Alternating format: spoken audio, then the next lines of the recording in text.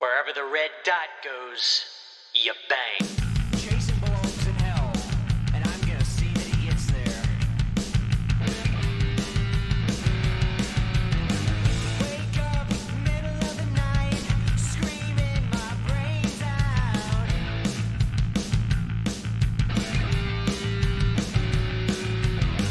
Get high, middle of the afternoon. No way, can't stop thinking about you.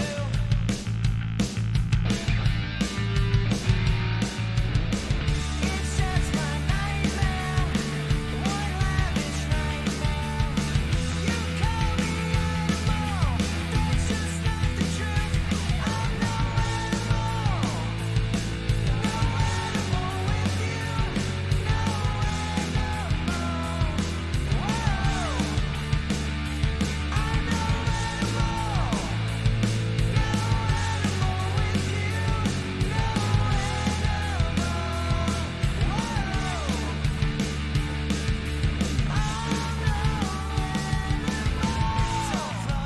ain't enough for you.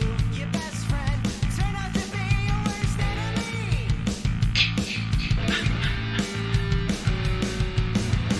I know what you want. Neon Sunset Boulevard.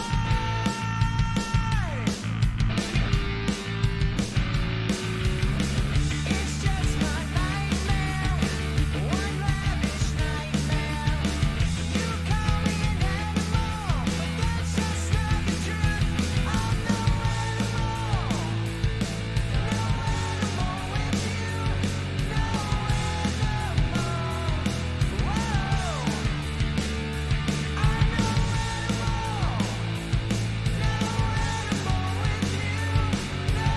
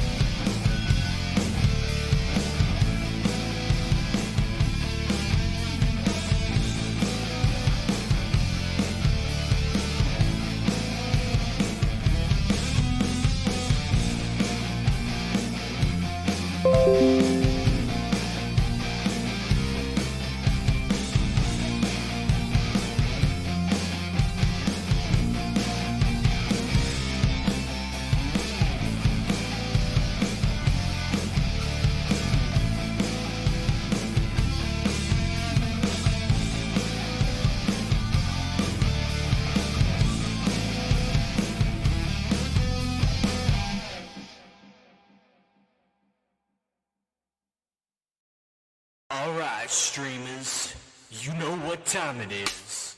Keep on pizzing, baby.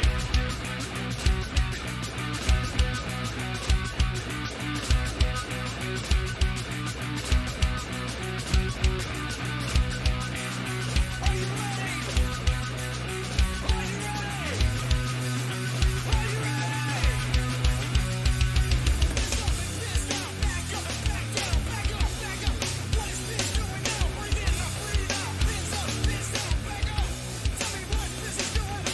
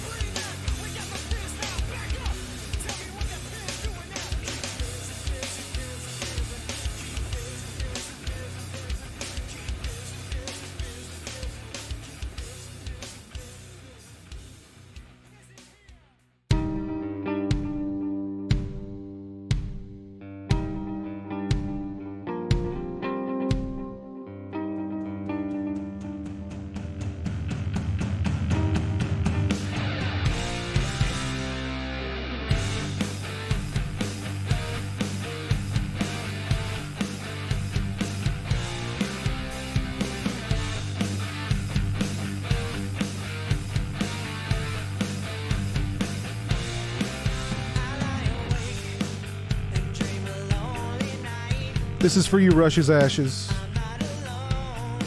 You missed it the first time. This is for you.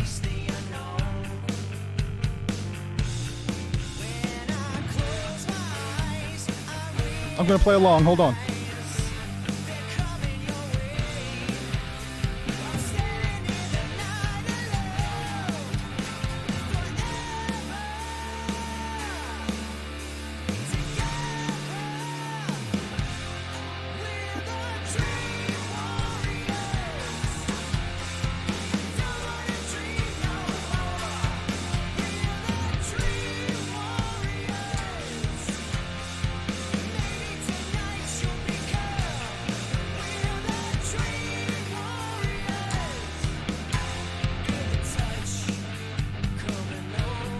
All right, enough of that craziness. Enough of that craziness. How am I coming through, people? Am I coming through loud and clear? Let me know. Let me see who's with me so far on Twitch. Killer Cutie, Big Crack Rock. What's up, Big Crack Rock? You were in the middle of Galaxy of Terror, but it's fine. I'll finish it later. Well, thanks for... You made the right choice, I think, my friend. You made the right choice. Let's see, who's with me over on YouTube? Jurassic John, Anthony Jordan, Movies and More. Christian Hanna, Rush's Ashes, Kenneth Newman, what's up?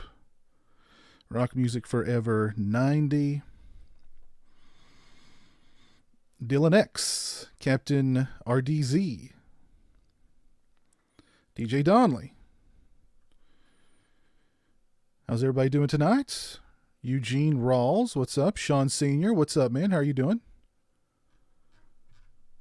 Hope you guys are all doing well tonight. It's 11:32 p.m. here on the East Coast. So I thought, let's jump on and we'll celebrate. We'll celebrate the 4th of July together. Or the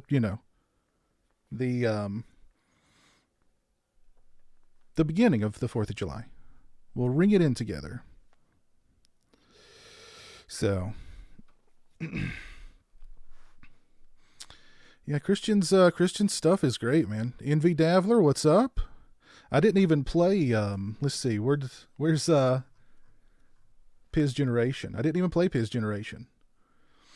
And I mean, Piz Generation is just, here it is. If only Piz could fly, Piz Biscuit style. CHH, take it to the Matthews Bridge.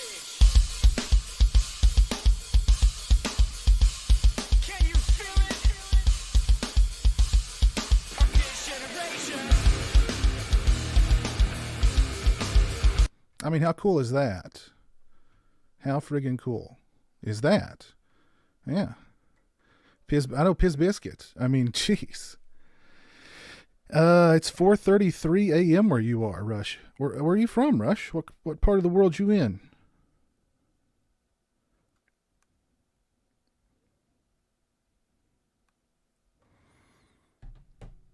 PlayStation 9, hello, how are you doing?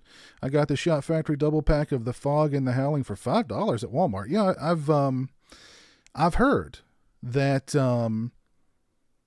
that you can get those Walmart has those and they're really cheap now. Walmart's got a lot of Scream Factory titles and they're,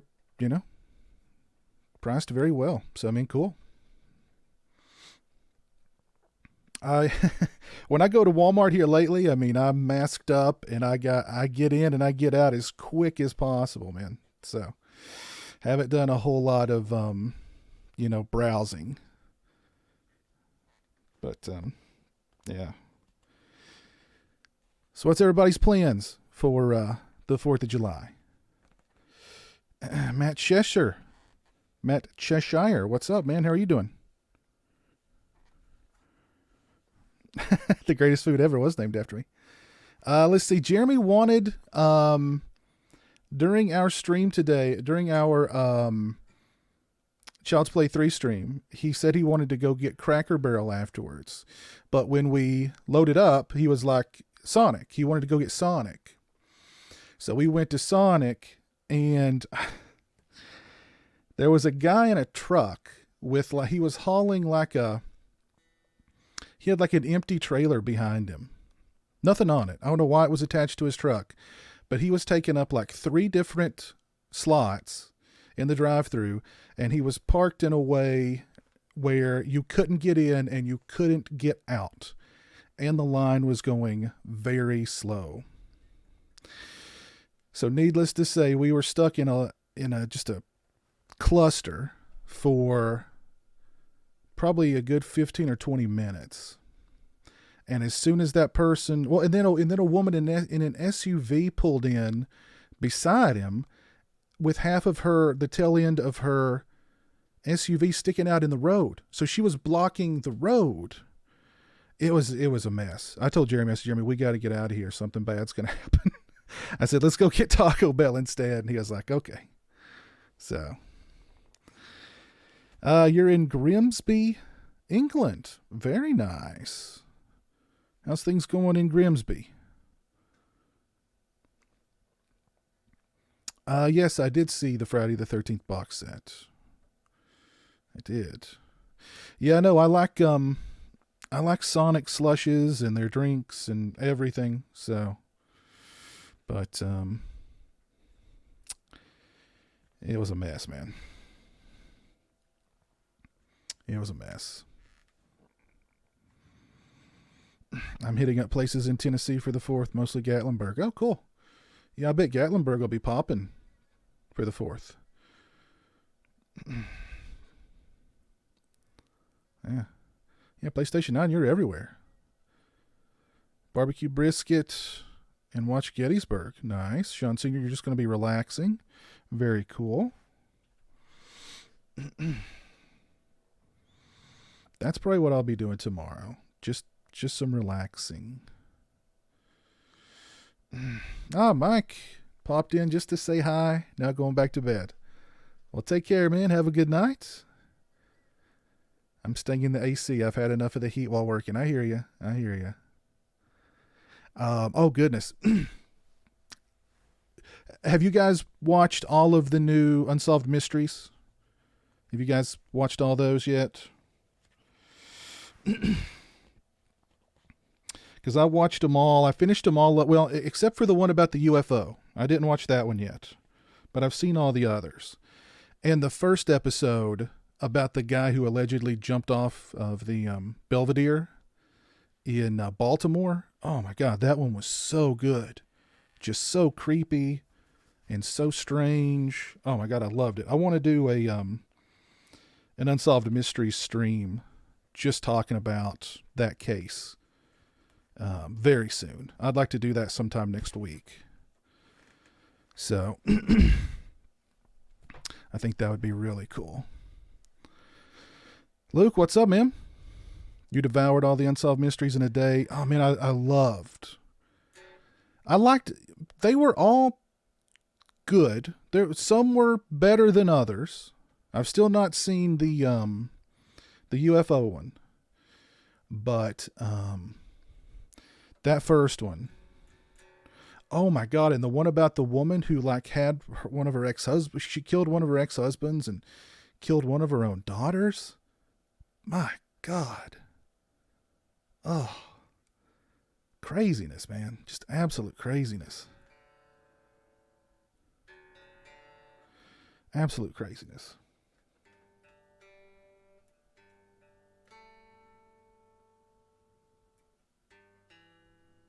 Absolute craziness. I've seen It Comes at Night, Killer Cutie.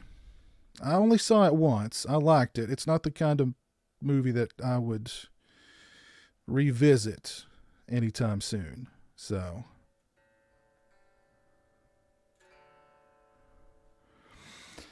let me plug in here. I recently got this awesome amp, this Fender Mustang amp, and it's got all these awesome presets on it. And, oh man, so freaking awesome. So you'll be working tomorrow, Luke? Yeah, it sucks, man. When are we going to do a stream together and we jam together live? Oh my God. Aaron, this is in drop D. So I've got a power cord, a 1-finger power cord, just across, everywhere. Power cord, power cord, power cord, power cord. That's all I want to play. Just a big, thick, chunky power chords. So let me see if I can turn this up a little bit. I don't want to wake up Jeremy. But honestly, Jeremy is like me when he's asleep. He can sleep through. Ooh, that's too loud. Oh, that's way too loud. Way too loud. He can sleep through anything, dude. Anything.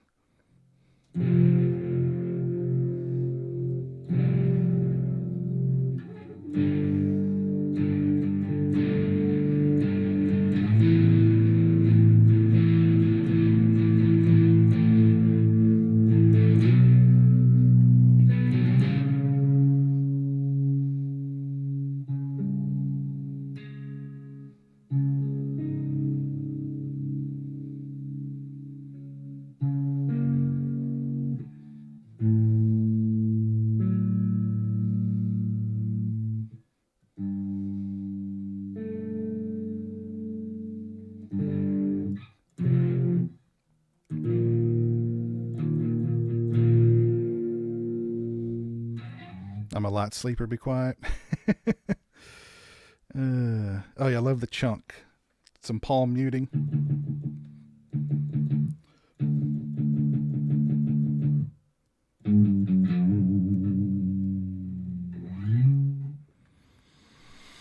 No, it's not possible to show the amp. I'd have to take off the webcam and move it around here. But it's a really sweet amp. I gotta thank Lauren for turning me on to it.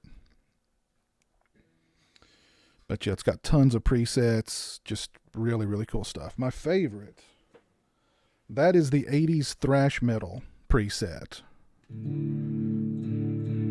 And you'd probably turn the gain up on it and make it sound even chunkier, but I won't do that.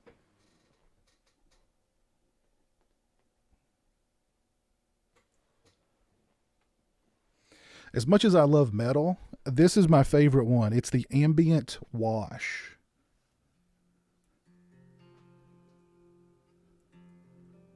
It's just so, I don't know. You can't hear it very well though. But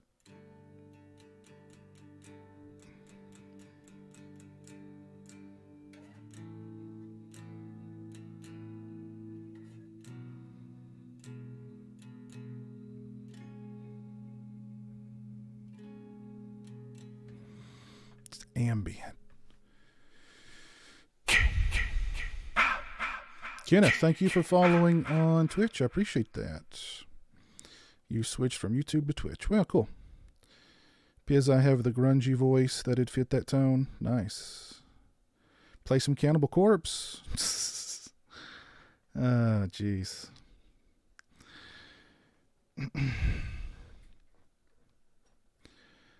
My neighbors can't hear that. Anyway, my neighbors were setting off fireworks at like 10:30. So I mean, if I wake them up with some metal, you know what? They deserve it. They deserve it.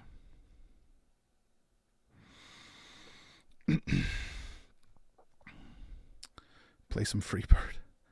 I don't know how to play guitar, DJ Donnelly. I don't. I drop D it, so I have a power chord all across the board. 1-finger power chord, but I'll move over and do like the,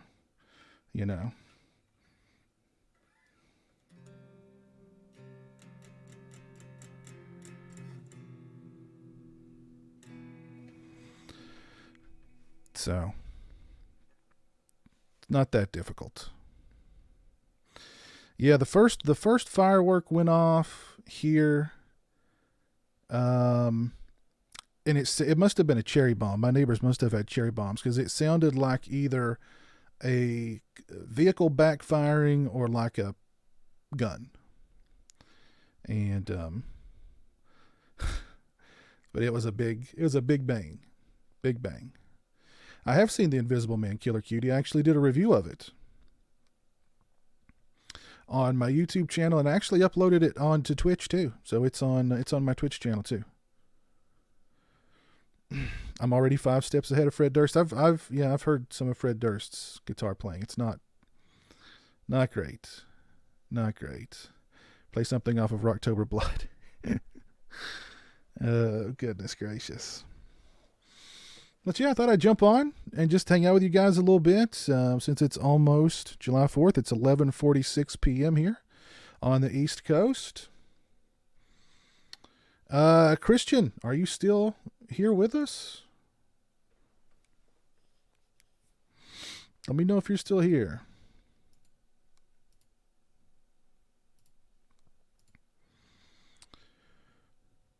I liked it. I liked the Invisible Man.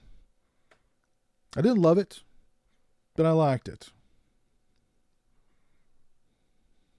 Oh, Aaron, you've played guitar for 23 years now. Very cool.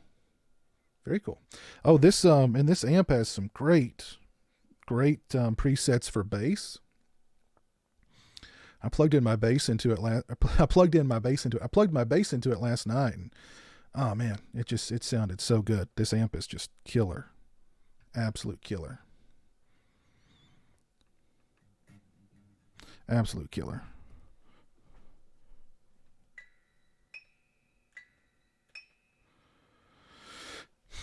I was thinking about that song, Rock Music Forever, Soundgarden's 4th of July. It's a really good song.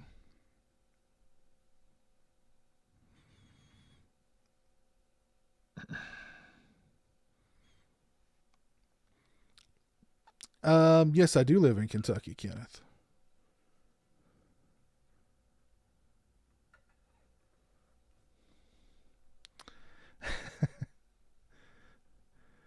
Do chicks dig when you play a metal though? When you play them the chunky stuff, do they still like that? Although I do like the ambient stuff too sometimes. The ambient stuff is fun.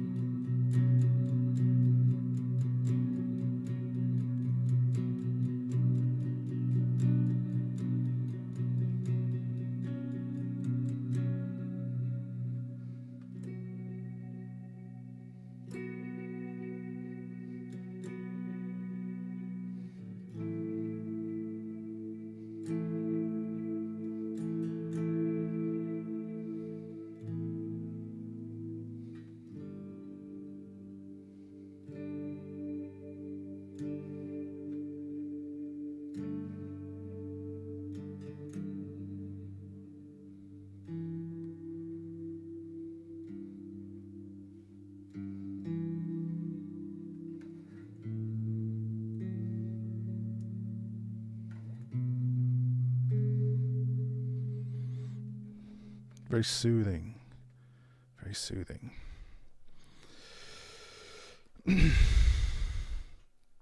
Oh, Kenneth, you live in Kentucky too? Cool.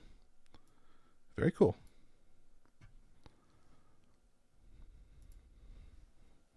Unicorn Thug. What's a good 4th of July song? That would be Soundgarden's 4th of July.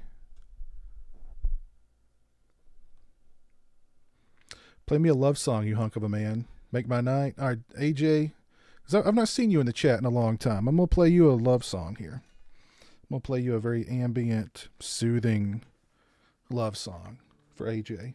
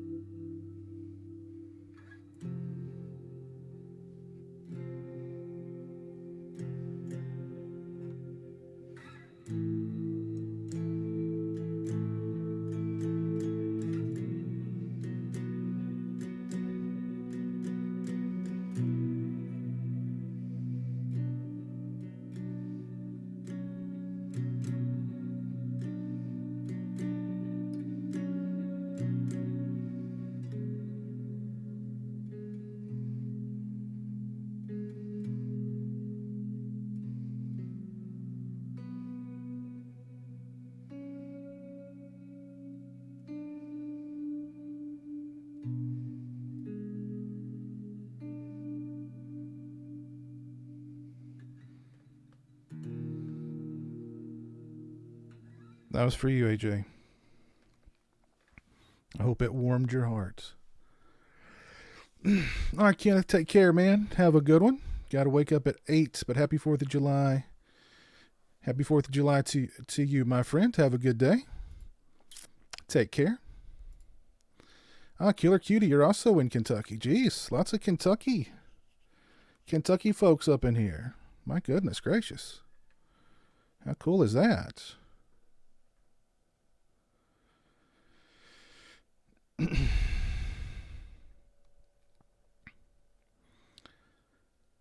You inspired me to start making hockey masks. I'm going to start next week. Do you have any advice for me? Leo. I did like a little mini tutorial video that should give you sort of the basics, how to get started. If you haven't seen that one, but I mean, my only advice is to just keep at it, and if you mess up, it comes with the territory. Don't get discouraged. Just keep at it, and have fun with it. Be creative, and it's a lot of fun, and it's a great creative outlet for me. It's a great sort of good stress relieving kind of thing too. So, but yeah, good luck, and stay in touch. Let me know how you're doing with the mask making, and send me some pics, man. Once I see the pics, I can maybe give you some other pointers to help you out. But check out that video if you haven't seen that video. Do I like the Melvins? Yeah, I like some other stuff. I like a lot of, I like a lot of heavy stuff, but I also like, I saw somebody, Steven mentioned Mogwai. I love Mogwai. Explosions in the Sky, My Bloody Valentine, shoegazy stuff. I'm into that. So, I'm all over the place, but rock.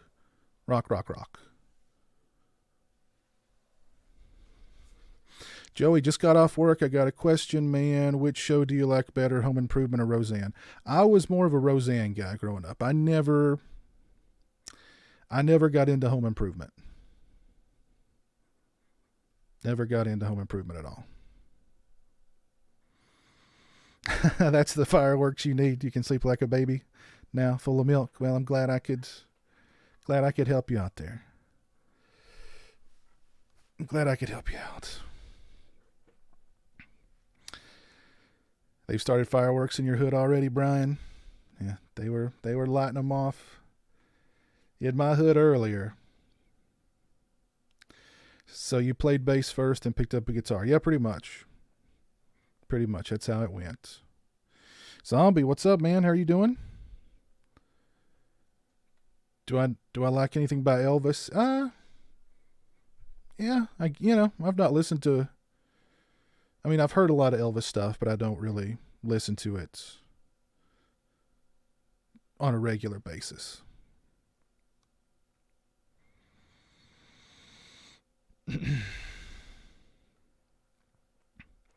But Jan Man, do you want to jump on here and join me? I can send you a link and you can jump on and join me. I guess Christian Hanna is not here.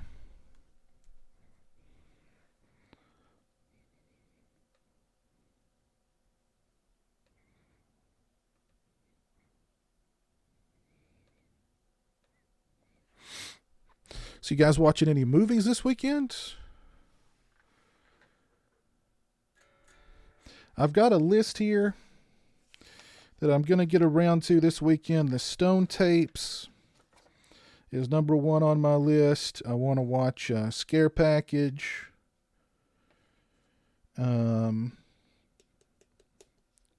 see, where'd those other ones go? Scare Package. And I'm going to watch the Get Carter from the 60s with Michael Caine. Probably not. Yeah, Jan Man, send me an email. I think I've still got your email. But Yeah. Yeah. Probably not going to get to all those this weekend. But, oh, Mike, you can't get back to sleep. Brian, you're going to check the new Unsolved Mysteries tonight on Netflix. Awesome, man. That first episode was so good. I really want to do a stream very soon and just talk about that case, because that case has just completely captivated me. Completely captivated me.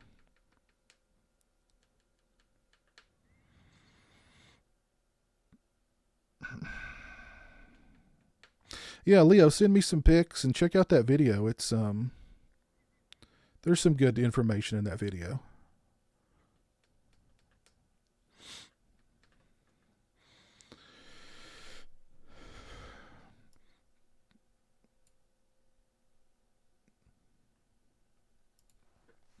Let me see if I've still got your email, Jan Man. Hold on. I'm going to close this out for just 1 second. But I'm still here, I promise. I just left y'all in the dark, but I'm still here.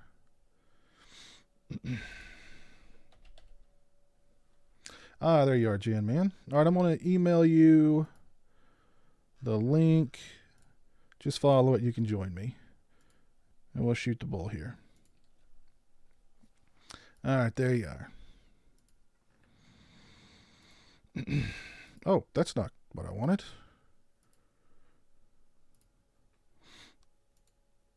That's what I wanted.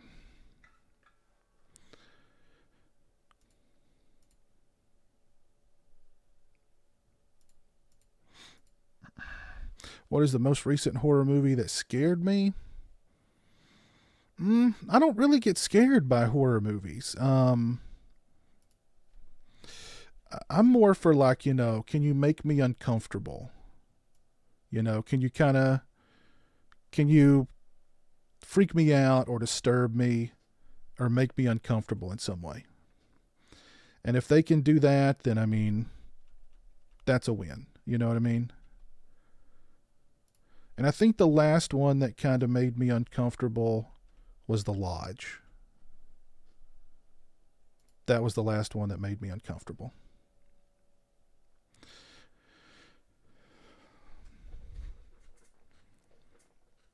I bought a bunch. I think I might do my first watch of Dr. Sleep. Big Crack Rock, yes, you should watch Dr. Sleep. I really liked it. Hold on. We may have a guest here. Jan Man from Jan Man Hello. Chronicles. What's up, man? Can you hear me? I absolutely can hear you, sir. How are you? I am good. Wait a minute. I've never actually seen your face. How do I know this is the real Jan Man? Well,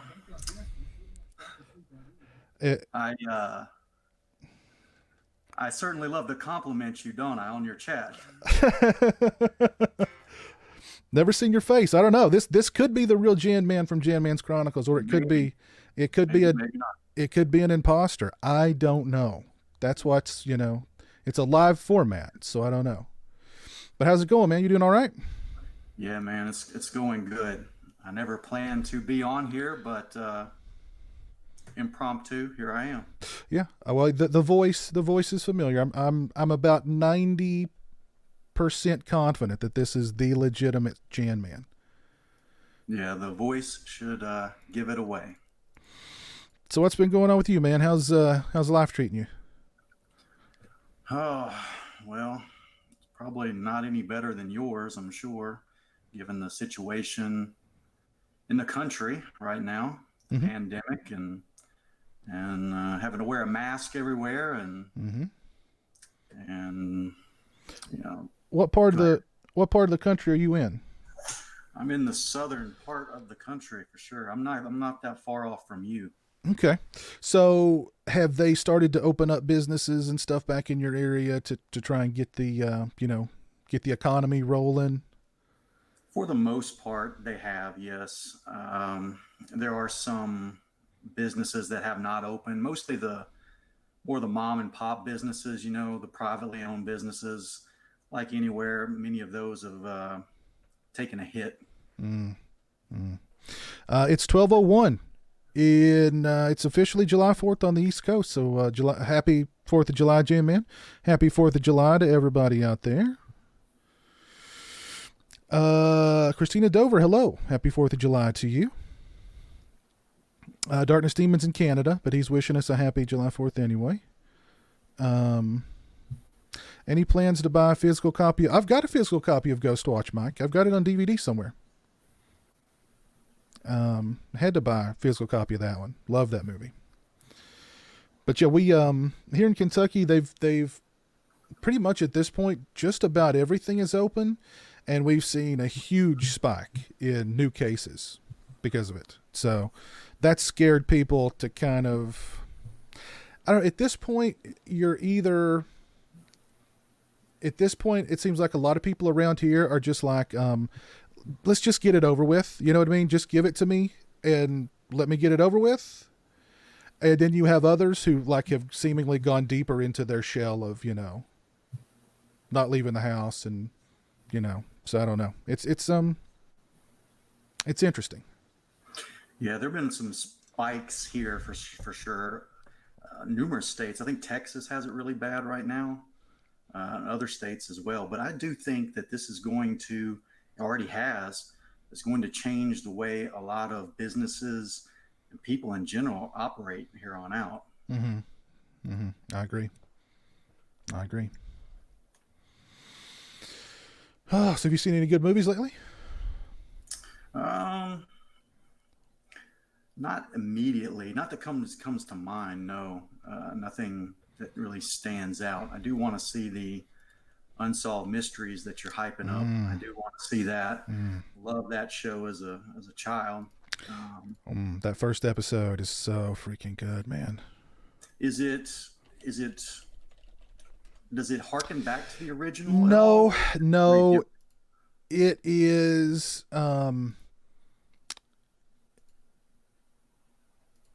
it's kind of like Dateline. There's really no narration. There's no dramatic recreations. But the stories that they've chosen, I still, it's never going to be the same as it was, watching the show as a kid with Robert Stack and those awesome recreations that, honestly, those recreations, I've said this before, I'll say it again. Those are what scared me as a kid. Mm-hmm. I could watch any horror movie and I'm fine, but it was the alien abduction dramatic recreations and the haunted house dramatic recreations that literally kept me up at night. No joking. That was what scared the crap out of me as a kid. I was so afraid that I was going to wake up one night and there'd be like a little gray man standing next to my bed. And the next thing then the next thing you know, bam, just probed, you know what I mean? Probe. That's it. You know what I mean? That's all the stories were. I woke up and there was a gray man at the end of my bed. Next thing I know, I'm naked on a cold examining table and I'm being probed. That was every story, to the point. Don't excite people, Piz. Don't excite people. But yeah, you kind of got to the point where you had to wonder, like, haven't the aliens gathered all the information that they can gather from us via probing? Isn't there anything else? Speaking of a good movie, now that you're mentioning that, it came out around that time, and talking about the alien and the probing, that scene or sequence in Fire in the Sky. Have you seen Yes. that? Oh my God. That tore me up as a kid. Yeah. I like that analogy. But that scene where he's like trying to scream, but he can't.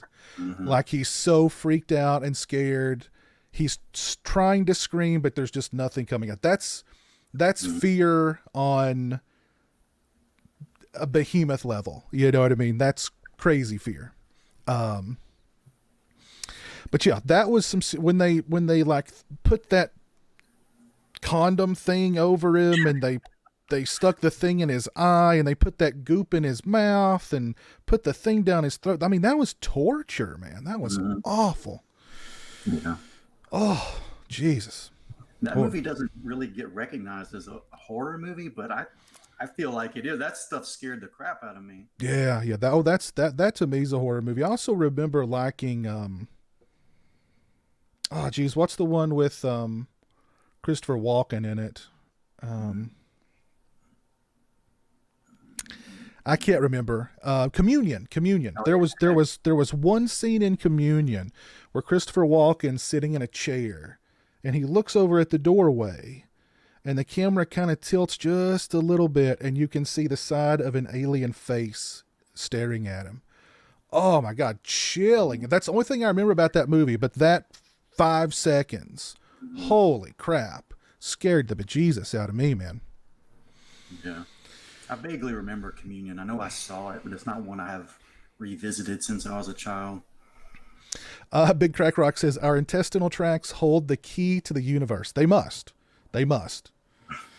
Oh, goodness gracious. Mama. Let's see. Yes, darling, what is it?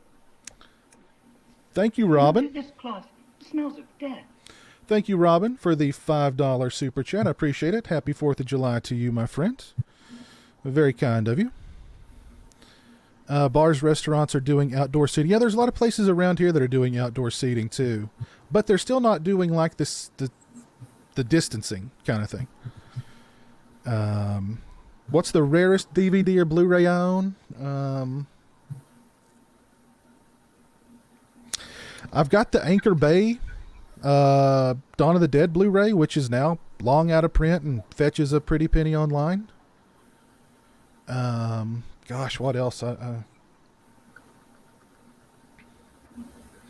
know I've got a bunch of out of print stuff, but I mean I've never looked it up to see how much it's worth. But I know that Dawn of the Dead disc is pretty expensive these days.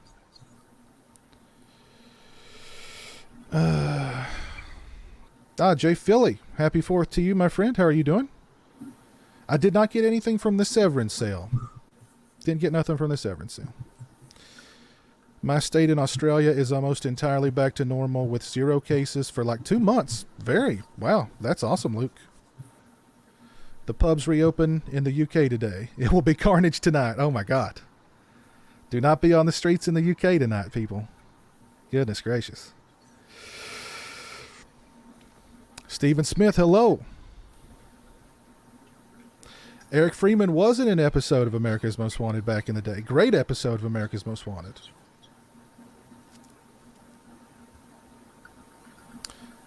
But thank you again, Robin, for that super chat. Strange Love Films loves my shirt. Thank you. Happy 4th to you, X-Country Minecraft.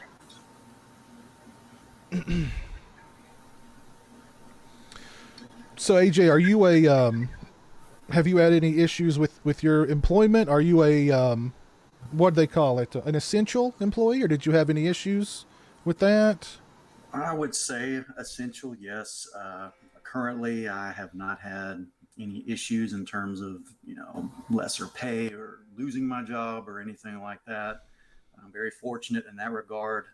I think that's something else that's just going to continue to grow is people who are losing their jobs as this continues on, because it seems to not be stopping. And like I said earlier, seems to be increasing in various states, including mine. So, but yeah, I avoided so far having to look for another job or something like that, and hopefully that doesn't happen. So I'm in good shape right now. That's good. Because it has affected a lot of even people who have not lost their jobs.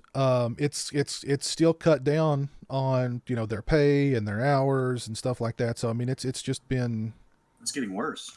Yeah, it's getting worse. It sure will. As more and more things can't reopen, or things get more packed, or people can't go anywhere. I mean, this is going to affect more and more businesses, except the big corporations who won't have anything to worry about. They're booming. Oh, sure, yeah. It's like Amazon and Walmart and those places. I mean, it's not really if anything, this has been helping them actually.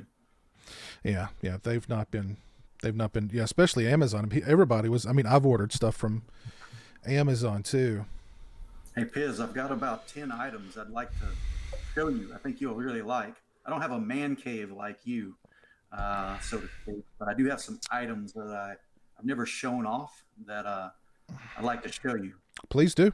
About that. Let me grab them. Okay. This is great, PS, 2 times in one day. I know, but it's special. It's a holiday. It's 4th of July. There'll be plenty of work in the gulags. I've not seen Zomboat. Communion got a DVD release, I think. I don't remember. I'm pretty sure it got a DVD release. When will I be back on Dead Pit as a heel? I don't know. Whenever CK and Uncle Bill ask me, I guess. Horrorhound 85, what's up, man? Happy 4th of July. Hope you're doing well. I do like the movie Uncle Sam. Yes, indeed. Yes, I do.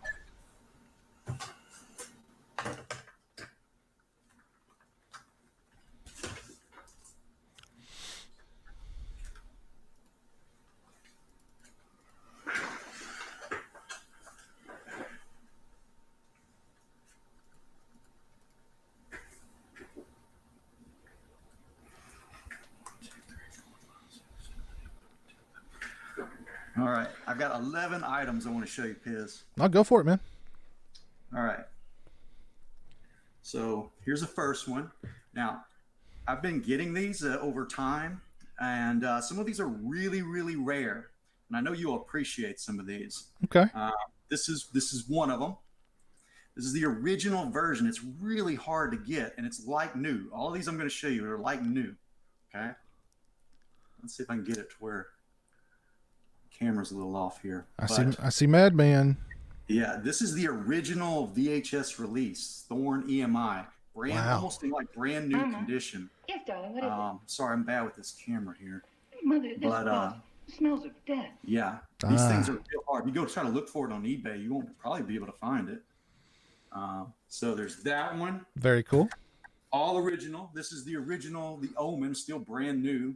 Oh, wow. Same thing with this one, Predator, first release. All these are original first releases. I had that one. Here's one you'll like. This isn't a reprint. This is the very first one. Nice. Friday the 13th. They have the unique logo down here at the bottom, the first releases. Yeah. And then, again, some of these are real hard to get, especially in like, these are all like new. So that's awesome. Very cool. First release, very hard to get in brand new condition like that. This one's real hard right here. Evil Dead. That's yeah. Yeah. Thorn EMI. Oh yeah. This one here, Halloween. Uh-huh. And then let's see. We got 4 more. Shining in this Warner clamshell case. Yes. And then Exorcist, same thing. Is taking you back yet, Piz? Oh yeah. It's taking me back. Here's this one. I know you want this one. Oh, I love that one. Love that one. And then one of my absolute favorites, man. Personal Reasons. Oh yeah. Yeah. I was born in Texarkana. Ah, cool. So I always heard the stories. Extra scary. What did you hear about the stories? Well, I mean, I had a family member or two. They love to scare me, you know. Mm-hmm. Say that he's still out there and he's gonna come get you and all this mess. So. Wow, that's crazy, man. Yeah, I'm trying to find Big Crack Rock here in my Big Crack Rock. Yeah, my friends list. I was going to send him the link, but I can't find him for some reason. But yeah, oh man. So you grew up in Texarkana? No, I didn't grow up there, but I was born there. I lived there for a few years. I hardly remember it because I left there when I was around 6. Somewhere around there, 5, 6. But given that I had family that were living there, and once we moved away from there, they would tell me stories about it. And I remember going to the video store for the first time, or one of the first times, and seeing that specific Warner clamshell case and my family member kind of frightening me and saying, "Oh, that really happened," and still out there and this kind of stuff. So it was really scary when I first saw that movie eventually as a kid. Oh man, that's awesome. Now, where did you buy those from? Like a video store or something? No, no, these are ones I said earlier. I've gotten them over time. It's really hard to get them. If anybody's out there listening to this and you collect a VHS and you're trying to find in really good shape or like new condition, they're really hard to get, especially nowadays. You can find beat up ones that are, Yeah. beat to hell, but to find them in that kind of condition, it's really, really difficult. That Madman one, for instance, and probably the Evil Dead one too. I mean, those are really hard to get. Yeah. I was looking on eBay to try to find that the media Texas Chainsaw Massacre VHS, and I found one that was in really great condition for a good price, and I bought it, and it wasn't the media. It was a different release. So I was like, damn it. But I did get the Nightmare on Elm Street 2 media VHS, which is one I loved since I was a kid. Mm-hmm. So I was glad to grab that one. Nostalgia is powerful, isn't it? Very much, yeah, very much. I do have a really nice quality. I got a Friday 5 VHS original, and a really nice, really like crazy good quality Betamax for Part 5 also. Did you have a Betamax? No, I just got it online. I just for some reason one night I looked up, Friday the 13th Betamax, and there it was, and it was, it was a good price, so I went with it. Did you have one growing up though? No, Did you watch no. Beta? No. No. No, all VHS, all VHS. Never had a Betamax. I remember we had one for like a year or so, and I remember watching Betamax tapes on it, but that was very short lived because VHS took over not long thereafter. Mm-hmm. Yeah. Good old the good times, the good days. V8 Horror Hound 85 says VHS will never die. Indeed. We were talking today about Shock 'em Dead. I just watched it, loved it. Yeah, it's a fun movie. And thank you, Mike, for that £2 super chat, my friend. Thank you very much. Very kind of you. I have seen Creep, Jurassic John. I did a review of Creep a couple of years ago, 2-3 years ago, somewhere in that neighborhood.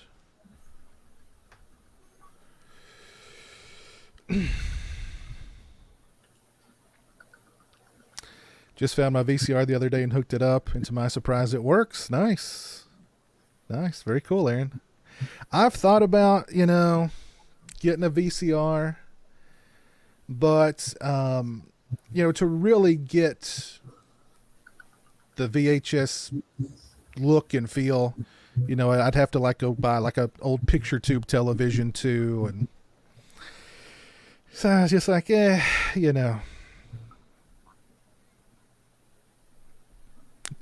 don't know. Justice Akers, what's up? How are you doing, man?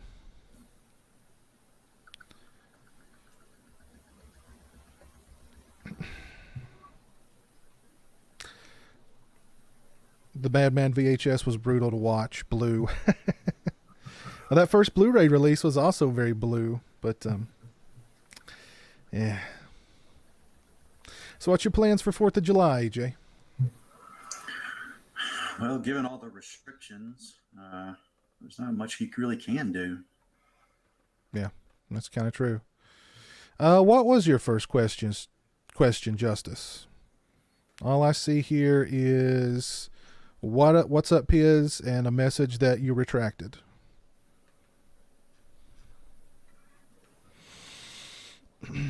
And there's Steak Sauce. What's up, Steak Sauce? So you're just going to have kind of a quiet July 4th then, Jan Man? Yeah, for the most part. Understandable. I most likely will too, but yeah. Doing good, Justice. Jerry L. What's up, Jerry? How are you? You bought any new Blu-rays lately, AJ? Blu-rays. To be honest, I'm not an avid Blu-ray collector or anything like that. Mhm. I just pick up the ones the movies I really love. To be honest, those are the only ones that I really collect, so to speak. What was the last one? I like a lot of movies. I don't like just horror movies by any means.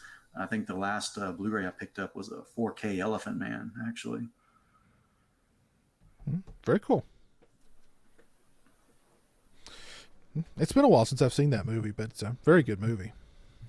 It's an incredible movie. I agree. VCR tape on widescreen TV doesn't look great. Yeah. It's pretty boxy. Just finished We Summon the Darkness. Wow.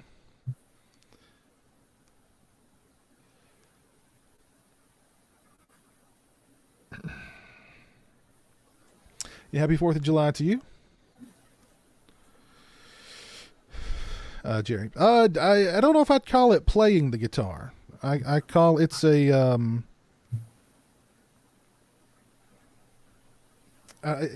somehow I make note. Somehow I create notes. It's not traditional. But yeah. Got Night Killer on Blu-ray for half off from Severin. I don't know if I've seen Night Killer, Johnny. Zombie, you got the Star Wars VHS before the edits. Very nice. I have those too. I had Return of the Jedi on VHS as a kid. Remember watching it quite a few times. And I think I had Empire too. But I don't recall watching it as much as Jedi. Which, I mean, all those old Star Wars, crap compared to the new stuff, man. Oh, yeah. The new Disney Star Wars, man. I absolutely love those new Star Wars movies. Yeah, I mean, forget it, man. Forget, Luke and Han and Leia, garbage. Yeah, Ray, oh, baby. Oh, yes. Oh, come on. You don't get character development like that anywhere else. I know. What really impresses me about the new Star Wars trilogy is the continuity. Perfect. Flawless continuity. Yeah. Absolutely flawless continuity. Yes. Wow. It's incredible. It's something to learn from. I certainly hope they learn from it going forward. That's darn sure. I mean, The Mandalorian, if it's not got Rey in it, it's not Star Wars, in my opinion. Rey Skywalker, by the way. So far, it's had, the continuity of The Mandalorian doesn't compare to the continuity of the new trilogy. Not by a long shot. I don't like the way they were kind of offshooting with Rogue One either. They were, that was going for a tone and feel I just didn't like. No, that's not Star Wars to me. Star Wars is, Star Wars is Disney. Disney is Star Wars. And if they really want to do it right, I'm hearing this rumor, they'll bring in Brie Larson. I pray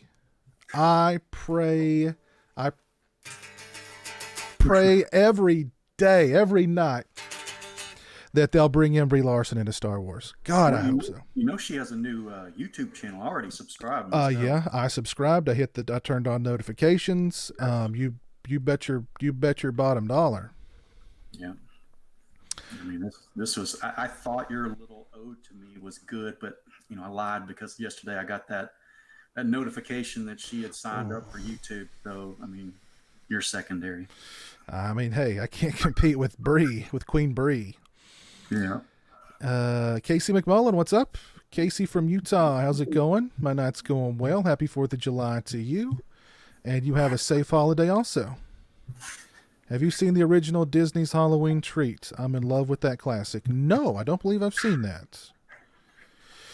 Gypsy Warrior, hello. All you need is power cords. That's right, Aaron. Just power cords. Across the board. Power cords. The most shocking VHS box cover title of a film was Make Them Die Slowly, Cannibal Ferox. Yeah. Pretty shocking. I am learning to play guitar, but acoustic guitar first before I get and electric guitar. Cool. Well, good luck with that, Justice. Stick with it. Rise of Skywalker, Smelt of Death. Get banned. Get banned. I tested my VCR with my original Star Wars VHS. Well, that looked like... didn't look good, huh? Brie Larson's antagonist will be a straight white male. Yeah. I would like to thank the Disney Star Wars for doing something I never thought was possible. Made the Xmas special look good. There's another one banned. Mm-hmm. My goodness. Brie Larson is the greatest power chord. Let me tell you. Hold on. Here, let me get you a Brie Larson power chord here. Let me find something metal. All right, here we go. This is Brie Larson right here, baby. That is Brie Larson, baby.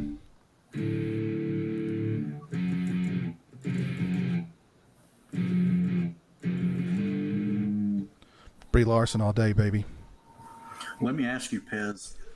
There's a theory going around that she made that YouTube channel to relate to YouTubers and all the people that were critical of her on YouTube, because that seemed to be where a great mass of it was coming from.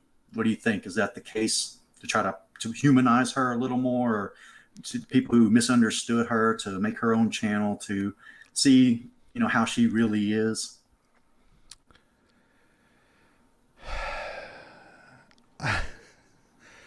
I would like to see her do a live stream. I don't want to see this like heavily edited, heavily scripted stuff. I want to see her do a live stream with open comments. And then let's see how down to earth and just like every other YouTuber she is. Yeah. Yeah. She gets Her that. comments are currently open on her video. It's. I looked at them once, and it was interesting gander. Let's see what the like to dislike ratio on it is. Brie Larson. Here we go. Brie Larson's YouTube channel. See how many subscribers she's got already. 152,000. I figured she'd have a lot more by now. But her first video's got 721,000 subscribers. 25,000 dislikes to 61,000 likes, which isn't too bad, Let's check the newest comments, because those will be the troll ones. Come back to check the comments. They're getting deleted, lame. So they're deleting negative comments.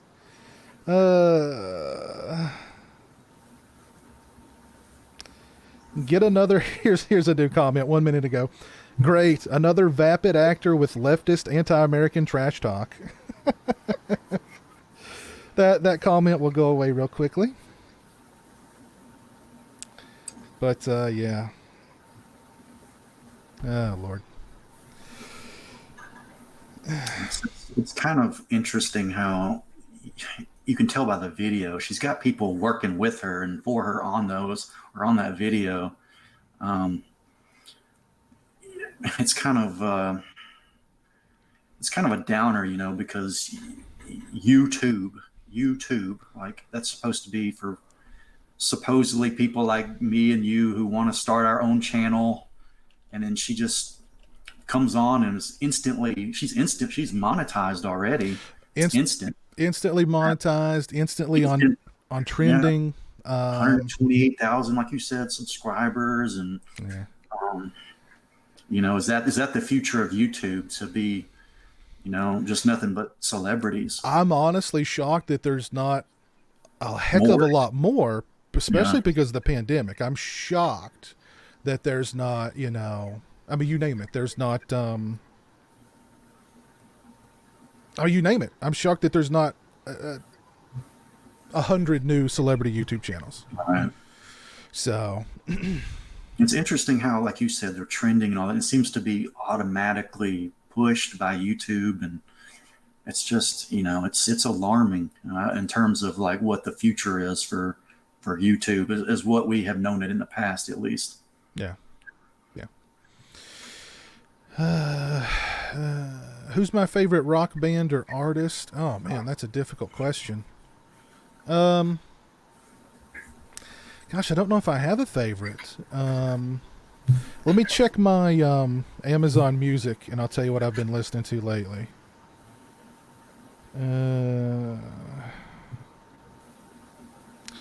Meshuggah, Team Sleep, Rage Against the Machine, Disturbed, more Meshuggah, Deftones,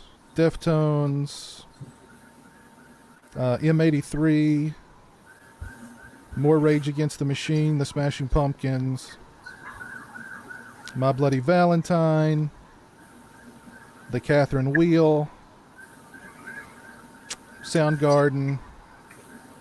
So yeah, that's my recent playlist on Amazon Music.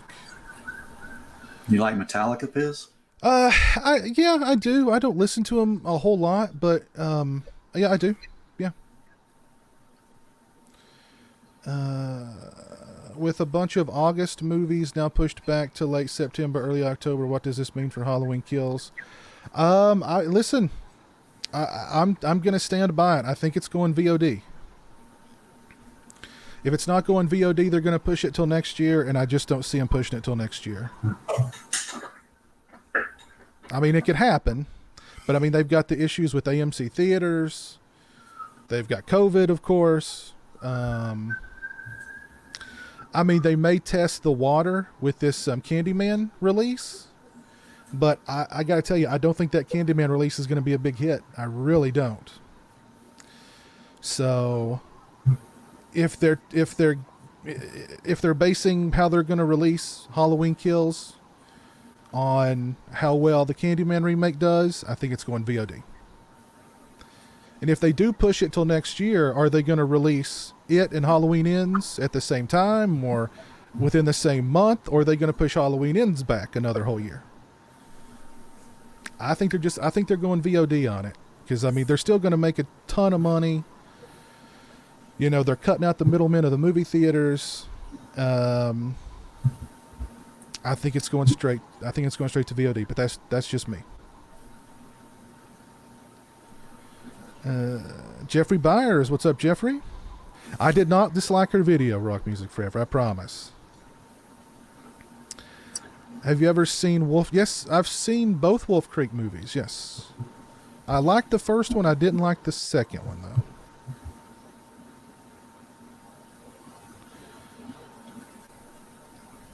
Take care, Zombie. Have a good night, man. Thanks for tuning in. All right, Justice. Take care, man.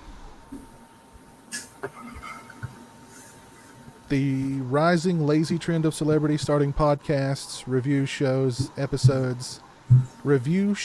episodes of shows they were on?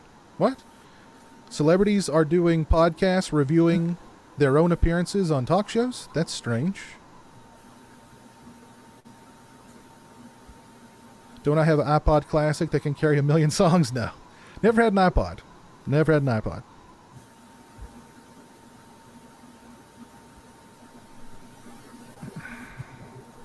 Actually, no, Johnny. That trailer for Candyman was very deceptive. Very deceptive. I don't think Candyman's a horror movie. I think Candyman is as much of a horror movie as the Black Christmas re-remake was a horror movie. Put it that way.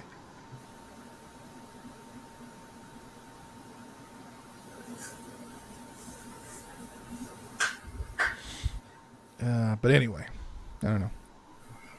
Are there any movies? Are you looking forward to Halloween Kills at all, Jan Man?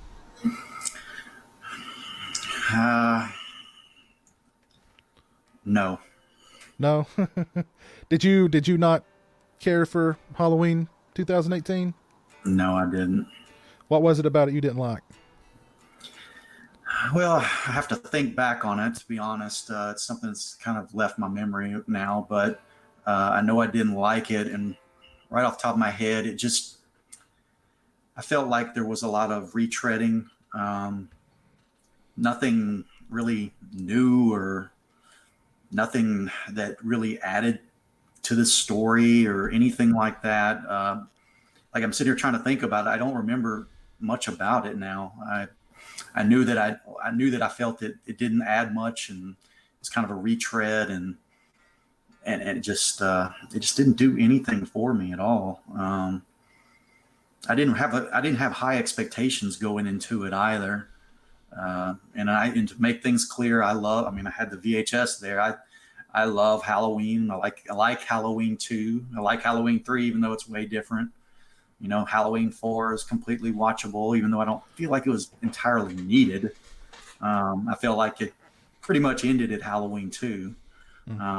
But, for what it is, Halloween 4 is pretty good. And 5 and 6, and then zombies, Halloween, I didn't really. I basically what you've said about it, I kind of feel the same way. And then with 2018, it didn't do much for me, and I have no real level of anticipation for the next installment at all. I had a really weird, when I first watched the movie, I really liked it. And then the second time, when I saw it in the theater, I really liked it. When I watched it again on Blu-ray, it was like a completely different experience, because that movie to me is a Frankenstein job that was created in the editing room, made out of reshoots, and just like, it's so rough, it feels like. But then, like, when you hear what some of their original ideas for that movie, you really start to understand, like, wait a minute, these guys, did they even watch the first Halloween? They're wanting to kill they're wanting to kill Sam Loomis at the beginning of 2018? What? They're going to make Jamie responsible for setting free Michael Myers? And killing everybody? It's her fault. She tried to, because that prison, the bus scene, Jamie is responsible for that. Jamie tried to stop the bus so she could shoot Michael. She causes it to wreck, which sets him free. And they're like, well, we can't do that because that makes her responsible for all the murders. Well, yeah, why didn't you think of that? That didn't cross your mind when you were writing the script, or when you approved the script, or when you were shooting it, or when you were originally editing it? What? And honestly, I think if John Carpenter had to have involvement more than just, pay me. Because I think without him, we would have gotten that opening sequence of, Dr. Loomis didn't save Jamie Lee Curtis. Jamie Lee Curtis saved herself. Dr. Loomis died. And I swear, if it had opened like that, I'd have got up and walked right out. If anybody saved that part of it, it had to be Carpenter. At least I hope. Let me ask you something. I think I know the answer to this question, but you love Halloween too, right? Yes. Was it? I may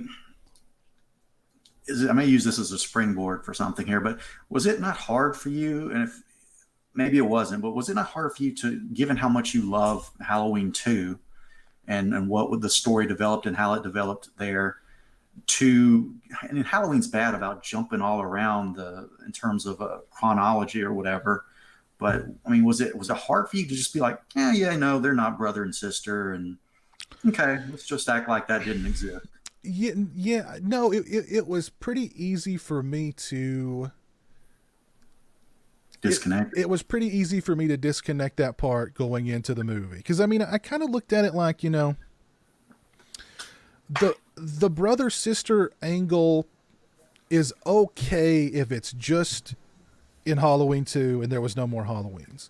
When you followed it up with this, well, he's having to kill his family members, but Jamie Lee Curtis isn't going to be back.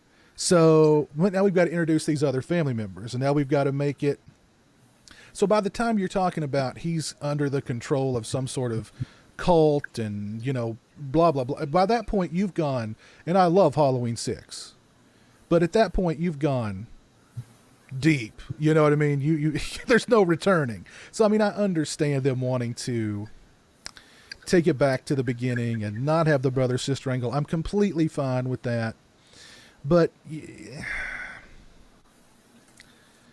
I don't know, to me, Halloween 2018 is very, very messy. It's a very, very messy movie. You can see the stitches holding it together when you watch it a second and third time. They're very, very visible. So, I mean, I hope that they learned from the mistakes of the first one, and this, Kills is... I mean, the test screenings were so positive. I had a guy who went to one of the test screenings and was part of a panel who confidentially gave me a bunch of information. Well, yeah, confidentially, he gave me a bunch of information about it. I didn't, disavow his name or anything, but he said it was awesome. And he said everybody in the panel was like, this is amazing. And like the one gripe was it's too violent. So, I mean, I don't know. I'm cautiously optimistic. I really, really, really hope it's good. But I'm cautiously optimistic. I'm in a minority camp, I guess, of I want to see original horror films. I really do. And I see people like, and I know they have had their failures, I guess, right? But I see guys like Ari Aster and what's the guy's name that directed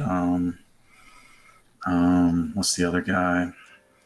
Directed The Witch. What's his name? Robert Eggers. Robert Eggers, yeah. Yeah. I mean, I see those guys, and I think, maybe they don't always hit it out of the ballpark or anything, but I like what they're doing, It's so fresh and new feeling. I mean, I think The Witch is almost a masterpiece, actually. Yeah. I really want new and original stuff. But, occasionally throw us a new Friday the 13th. Throw us a new Halloween. You know what I mean? But, I've said this before, but when they do original stuff, I mean, the Hatchet guy's Jason. Yeah. The Terrifier clown guy's basically Freddy. You know what I mean? When they do original stuff, it's just too derivative of the stuff we love. Right. So I mean, have you seen The Lodge? Yeah, I heard you talking about how much you loved it, but it did not do it for me. Didn't work for you.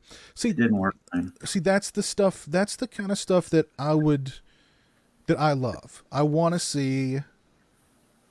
I appreciate it trying something. I appreciate it on that level. It tried to do something different and unique, and I appreciate it for that. Yeah. It had a hard time. I had a hard time going on that ride with it, though. That's kind of the way I felt about The Lighthouse. I think I appreciated The Lighthouse. Same way with me with that movie. I think I appreciated The Lighthouse for what it was more than I enjoyed it. Right. More than I liked it. I appreciated that what it was doing, and that it was being very different, and I appreciated that. Ice Cream King mentions Mike Flanagan. Mike Flanagan's a great filmmaker too. I'm really interested. Anything that he does, I'm interested to see it. Do you think he's made like a masterpiece yet? I don't think he really has. I don't know if but I don't think he's made a bad movie yet. He's not doing bad movies, but I don't think he's not done there was Hereditary, and then there was The Witch, and which I think The Witch is a lot better than Hereditary. That's just me, but those movies were so strong. I don't know if he's made a movie that's really strong yet. I think he's capable. I think he's going to do it. Yeah. I loved the first movie I saw from him was Absentia, and I went into it totally blind. Me too. It had that awful cover art, and I was just like, oh, this is going to be awful. And literally it just grabbed me from the very beginning, and I freaking loved it. And then I really liked Oculus a lot. Hush. I really liked Hush a lot. He did that movie that I don't think it ever even got a release here, with Thomas Jane. I don't remember what it's called, but I liked it too. Gerald's Game, is that the one? Or... No, gosh, what's it? He did that one too, didn't he? He did do Gerald's Game, which I was very skeptical about Gerald's Game, because I mean it's a movie about a woman tied to a bed. Right. but the book is about a woman tied to a bed. It's like 400 pages of a woman tied to a bed, or handcuffed to a bed. So I was like, I don't know if that's going to translate, but I really liked Gerald's Game too. I loved the Haunting of Hill House, and I really, I think I was the first 2/3 of Doctor Sleep. I was thinking this is a new classic. This is going to. He just nailed it. He just nailed it. I was that really the ending. I'm with you 100% on it. The ending to that just really, and it didn't do it immediately. I had to kind of settle in after I watched it. But like after that last, like you said, last third of that movie, when they got to the hotel, which is what you're like going into it, you're anticipating. Oh, I know. And it's like the other stuff was way better, you know. I was just so giddy. I was just sitting there, just like, like when they showed, like when I was like, okay, we're on our way. Oh. And like when they showed it, I was just like, oh, we're here. But yeah, then it kind of turned into like it's cosplay or something. I don't, and I loved the scenes with, I loved the scene at the bar with Danny and Jack. I loved that scene. I will tell you, if you haven't, you need to watch the director's cut because it is much better. Yes, I have seen. A lot to it. Yeah, I've seen the director's. I've seen that part, the director's cut on YouTube. I actually don't own that on Blu-ray or anything. But I really watched the director's cut first, and then went and watched the theatrical. I could not watch the theatrical after. I need to get the full. It's like 20. Like I don't remember how. It's quite a bit of extra footage that's going into it. I need to get that director's cut, but yeah, I don't know. I really liked that sequence with those two, and the director's cut, the extended version I really like it as too. But then like I said, it just it felt too quick. It felt too easy. It felt, I don't know. Flanagan was really walking a tightrope to appease Shining fans, to appease Dr. Sleep fans, because in the novel follows the Shining novel, so there is no hotel. The hotel's gone. They go to the site where the hotel was, and there's just nothing there. And I also think in the novel, Jack Torrance's spirit saves Danny, which I don't think that would have translated very well on film, but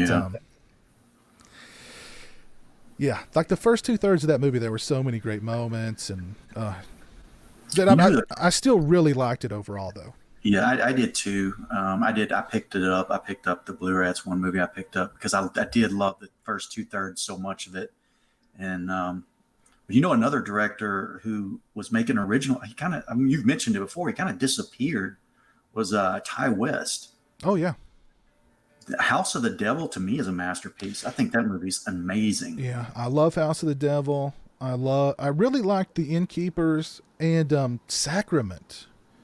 That was interesting. Right? I really liked Sacrament too. That's one that like it shocked me, it disturbed me, it made me feel something. That was great. He did a Western non-horror with Ethan Hawke. I saw it. I didn't think it was that good. Well, I don't think anybody else did. I think that might have roadblocked his career a little bit. Mm-hmm. But it was tonally kind of, doing this number like it couldn't find itself. Yeah. See, I don't know. I think that kind of put a roadblock on his career. But I mean, he works. He does smaller movies that he has control over, and I don't know. Maybe he's working on something. I don't know. Jamie, what's up? Al Suspiria, how are you guys doing? Hope you all are doing well tonight. You only get a Blu-ray version of the director's cut in the 4K release, so you can buy it again. Oh, okay. Okay, so I think I... Oh, that's right, yeah. So when you get the 4K that's got the director's cut, the director's cut's only the Blu-ray. Yeah, I did hear about that. Hey, General Hot Batman, what's up? Who will be the next Dead by Daylight killer? No idea, Gypsy. No idea. Jamie thought Doctor Sleep was pretty good, but you've only watched the non-theatrical cuts. I need to watch the non-theatrical cut. What's up, Freezing Point Studios? How are you? Trevor McCarty, what's up? Did you like Midsummer, AJ? I love Midsummer. I'm in the minority. I love it. I was not a fan of Midsummer. I mentioned this to you in a chat a long time ago, but I understand 100% why people don't like it. I understand it 100% because if you have not been in a specific relationship and scenario, that movie's going to be an average horror film to you, because that director, Ari Aster, I like it better than Hereditary, but it speaks to me because I've been in the very specific relationship scenario that he's depicting in that movie. So it hit home with me, like everything that was happening between that couple. I was like, Jesus, this is deja vu. Yeah, because he called that a breakup movie. Yeah, it is. Like, but it's a specific kind of relationship. It doesn't apply to everybody. And so people who haven't been through that, they're probably going to think it's kind of boring, and I get it. But you know, and the horror is not like pile on horror either, although there's some really brutal scenes. That the scene where they jump off the ledge, you remember that? Yeah. The rock, that was pretty brutal. But, that was more brutal kills I've seen in recent times that I recall. And that whole sequence was so like really well done, because I mean, like, he drew it out so long, and like you just knew that something really bad was going to happen, and he just drew it out and drew it out and drew it out and drew it out, and then bam, you know what I mean? Yeah. Yeah. That movie's a home run for me, but because I love horror, you know, and that's that story that runs right alongside with that relationship, you know. And if I had never experienced that in my life, I would think that's an average movie.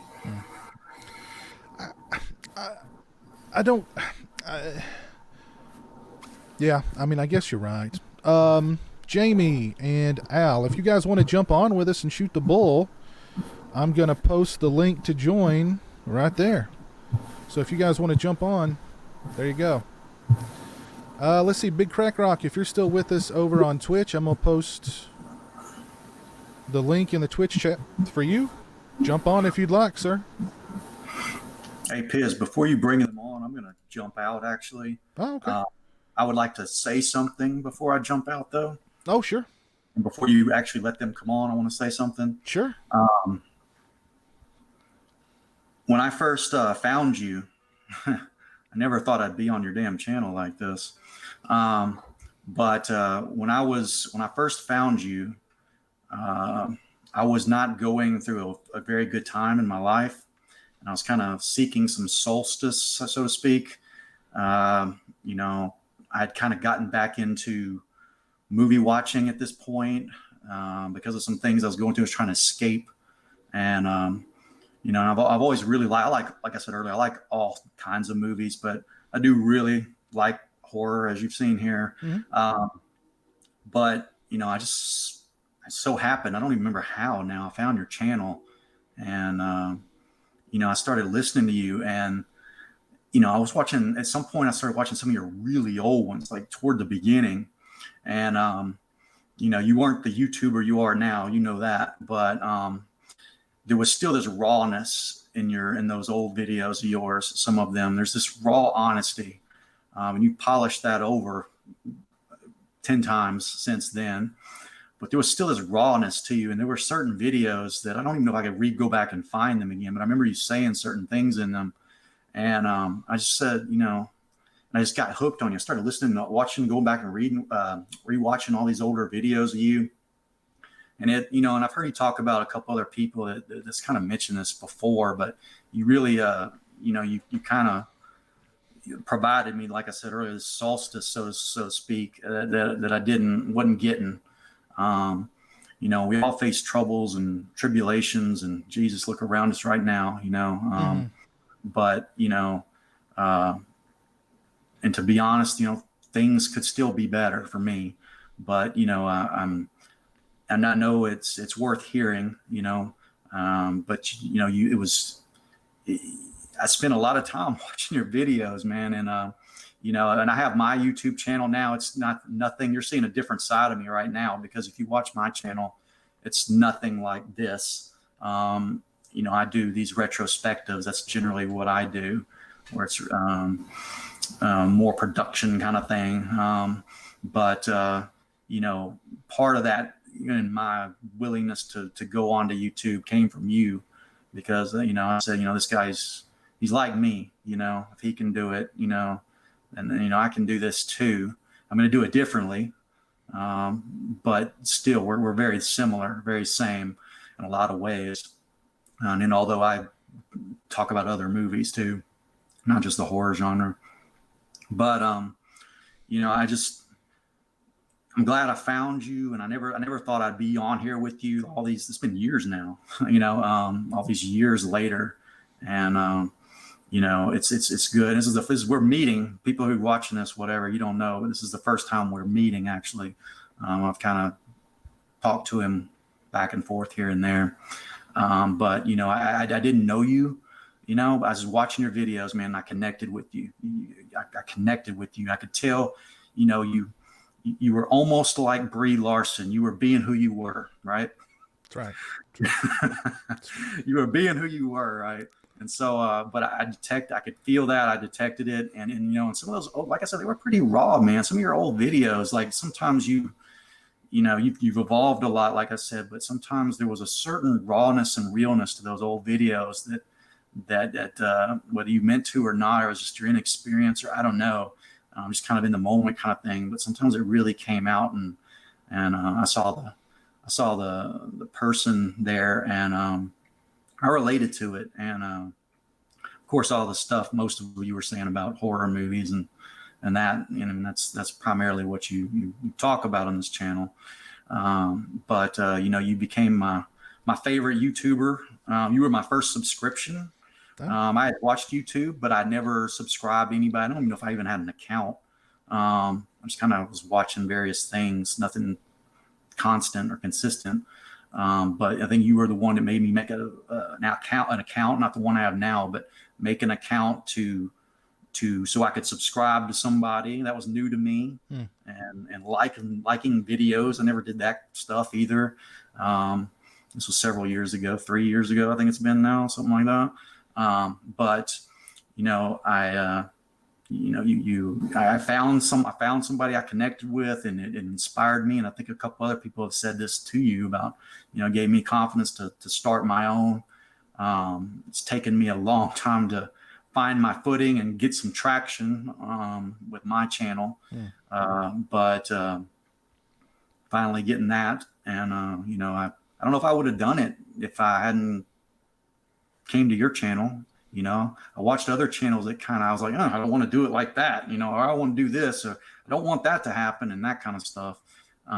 But you do a great job at what you do. You're you, and I hope you never get away from being you, because that's a big appeal, is that you're you. You're not somebody, you're not trying to be something you're not. And I think that's really important, and that's what's missing. And in this day and age, I think people with YouTube are becoming a lot more keen to these celebrities and who they portray themselves as, and what they actually are with all this social media and stuff. It's coming through, but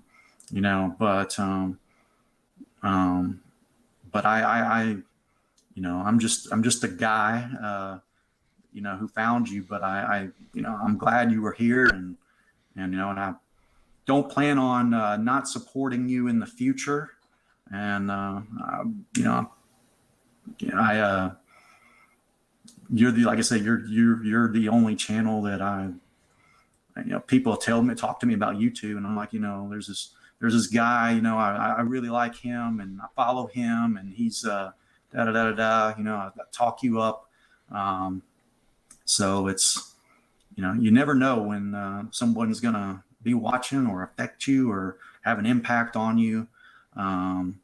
Sometimes I forget that, and I'm not told that, so I feel like, it's worth you knowing, and just keep, you obviously enjoy it because you keep doing it. And I'm sure you won't say it probably. So I'll say it for you because somebody's got some experience with this now. Sometimes it's damn discouraging, and I don't have the years that you do, or I've never been on camera before. You get this, big boy, I'm on camera now. And, that makes me nervous to come on camera. I kind of did it because I had in the back of my mind, I wanted to say this to you, and personally, because I may never get to meet you. And if I die tomorrow, I want to say this to you, because you've meant a lot to me, over the years. And people on YouTube can, people want to say bots or whatever, but most often it's people behind these things, and they say the damnedest things to you. As small as still as my channel is, I mean, sometimes the comments, it's like, what is this? What's wrong? You don't ever know. You're talking to an avatar, and it's just, it's very discouraging. And, sometimes you work hard on a video, that one may not do anything. And, this video may, and it's like, or one of your videos you're not proud of may take off or whatever. There's all these trials and tribulations and things that come along with it. And, and you've held in there, and, just know that when, somebody comes out and says you're this or that, because whatever anger's inside of them, just know, and I'm not the only one. There's been other people, maybe they didn't say it like this, but you touched a chord and you mean something.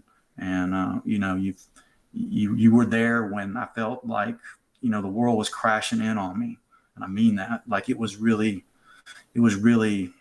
not good. And I just kind of like, I was kind of just searching for something. It's like reaching out in the dark when nothing's there. And, and I kind of gotten back into movies to try to kind of escape things, like take my mind off things, in other words, and, I'm kind of like watching these movies and there's nobody to talk to about them, or, really talk to them the way, like you and I would talk about them, and so I kind of found that through your channel, and I found it in somebody like, this is that guy you talked about this one time. You might happen to be in one of those old video stores and you come across somebody and you just hit it off with them because you start talking about it, and you both know this stuff and know these movies. I mean, you were like, it takes me back, nostalgia is, like I said earlier, man, it takes me back to that time too, when, you met people and you talked about these things. You got a lot of people here that you talk to about movies, and, it's not what I do on my channel or anything like that. I want you to know, and I'll continue to support you. You were my first subscriber, like I said, and you'll be the one that, I stand behind you, So, Well, tell everybody your channel name. It's, I love pizowell. It's in my name here. J-Man Chronicles is my name. And I don't do things like pizowell. I do it differently. It may not be your thing, and that's cool. I believe his channel is listed on my channel page under the Funky Bunch section. So you can find him there, or just type in Jan Man Chronicles. Yeah. If you put that in, you'll find it. But, and it's we talked about this once before. It's important to me to, subscribe because you like what I do, I mean, that's what's most important to me. And, there's some shenanigans going on with people that try to get you to subscribe to their channel and all this stuff. And I've noticed over the years with YouTube, and, I subscribe to you, because I liked you, man. I like what you were doing. And, and I don't, like I said, I don't do it the way you do, that, but, it's just kind of my way so far. Well, you produce good videos, so you definitely deserve the recognition. So go over and check out Jan Man's channel. And I appreciate the kind words, man. I'm glad I could, I'm glad my, my silliness could help in a time when, you needed help. I'm always flattered to hear that when somebody says that to me. And, again, it just, it reminds you that,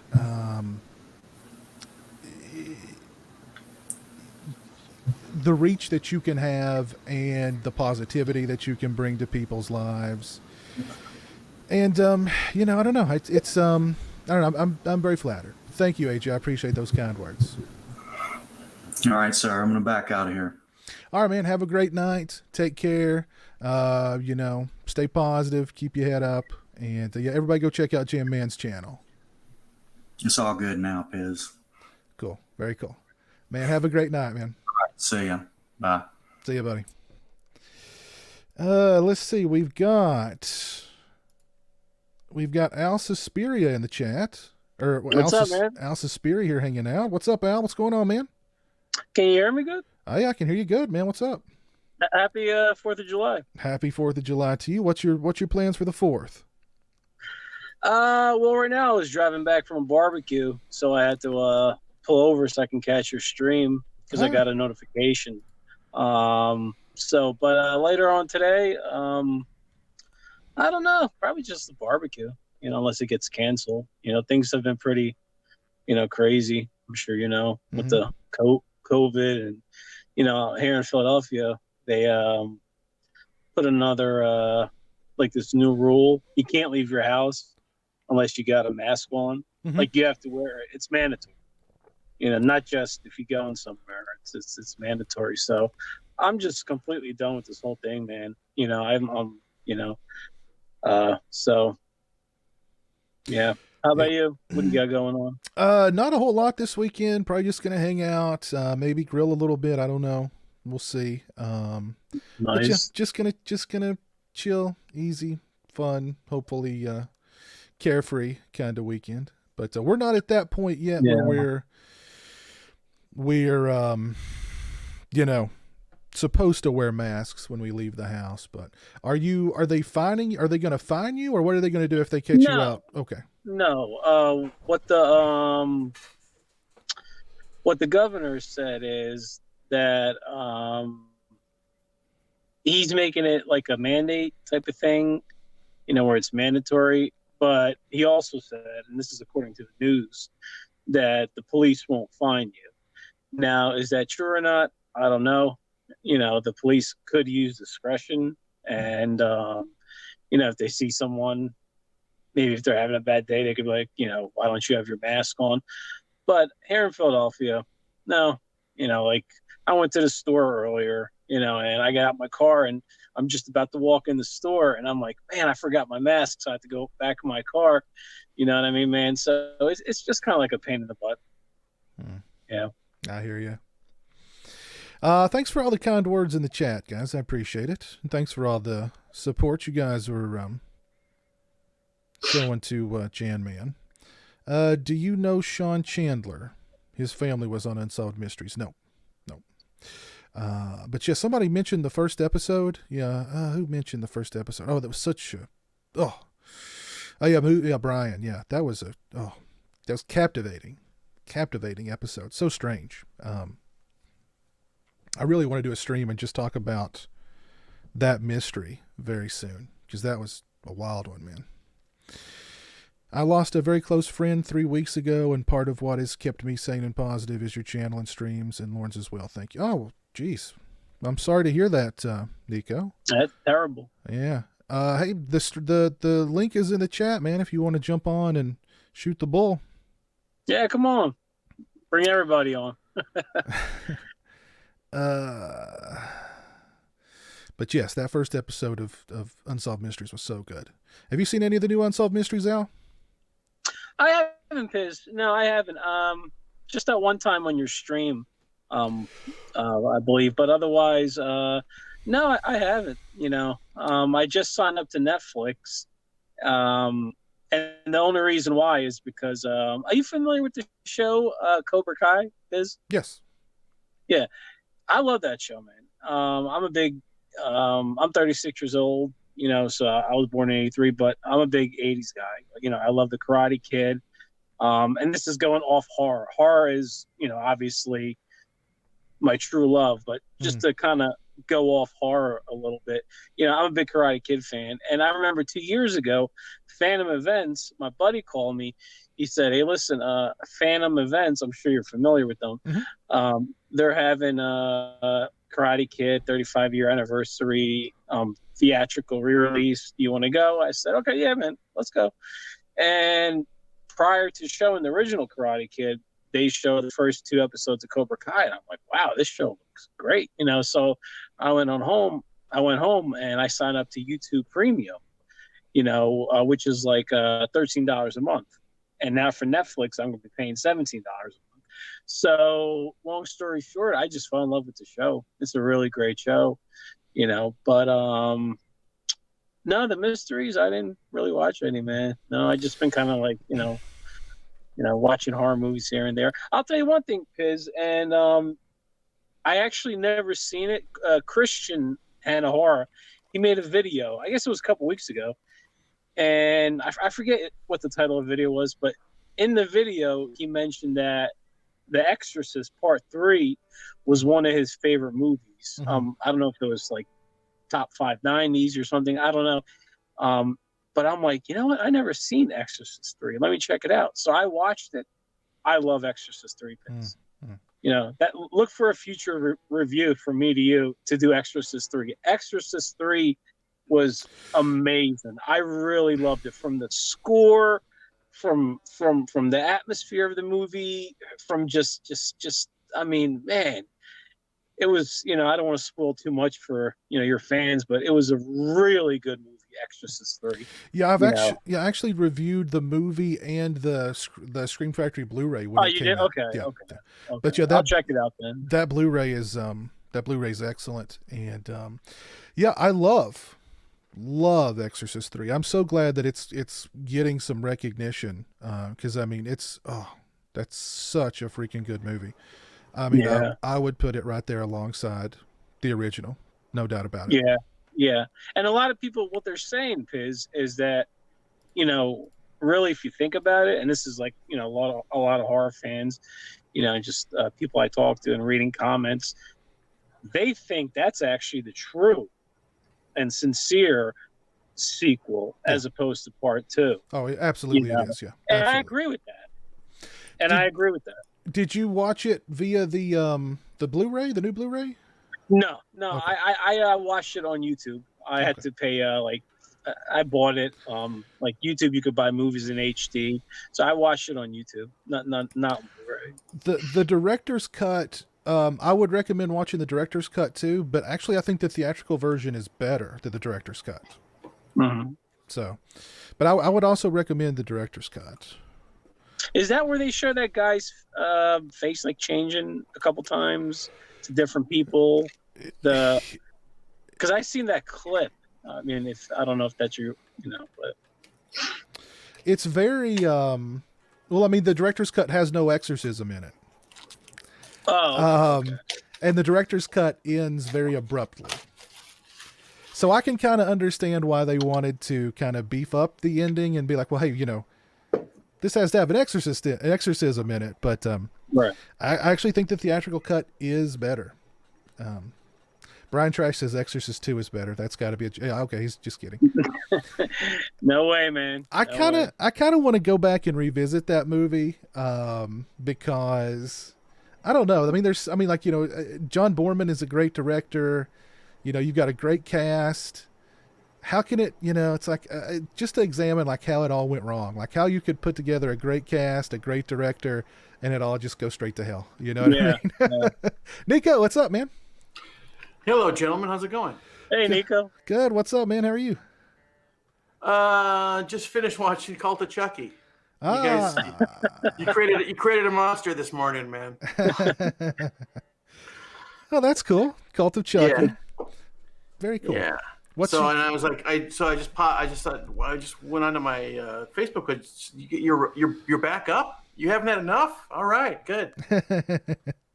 Yeah. It's just like, you know, I thought, hey, let's jump on and we'll ring in the 4th and just shoot the bull, and you know, we've just been hanging out and having fun.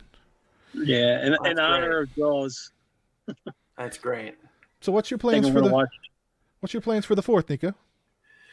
Just I'm gonna be sequestered, watching movies all weekend long.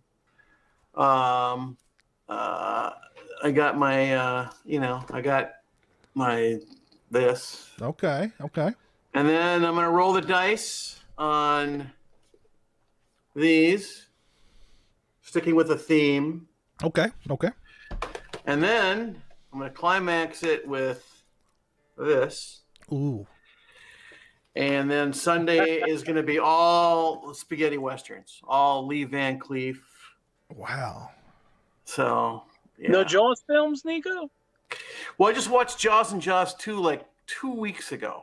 Back Okay. to back. Back to You back. had an early start. Gotcha. I'm going to Yeah. watch it later on today.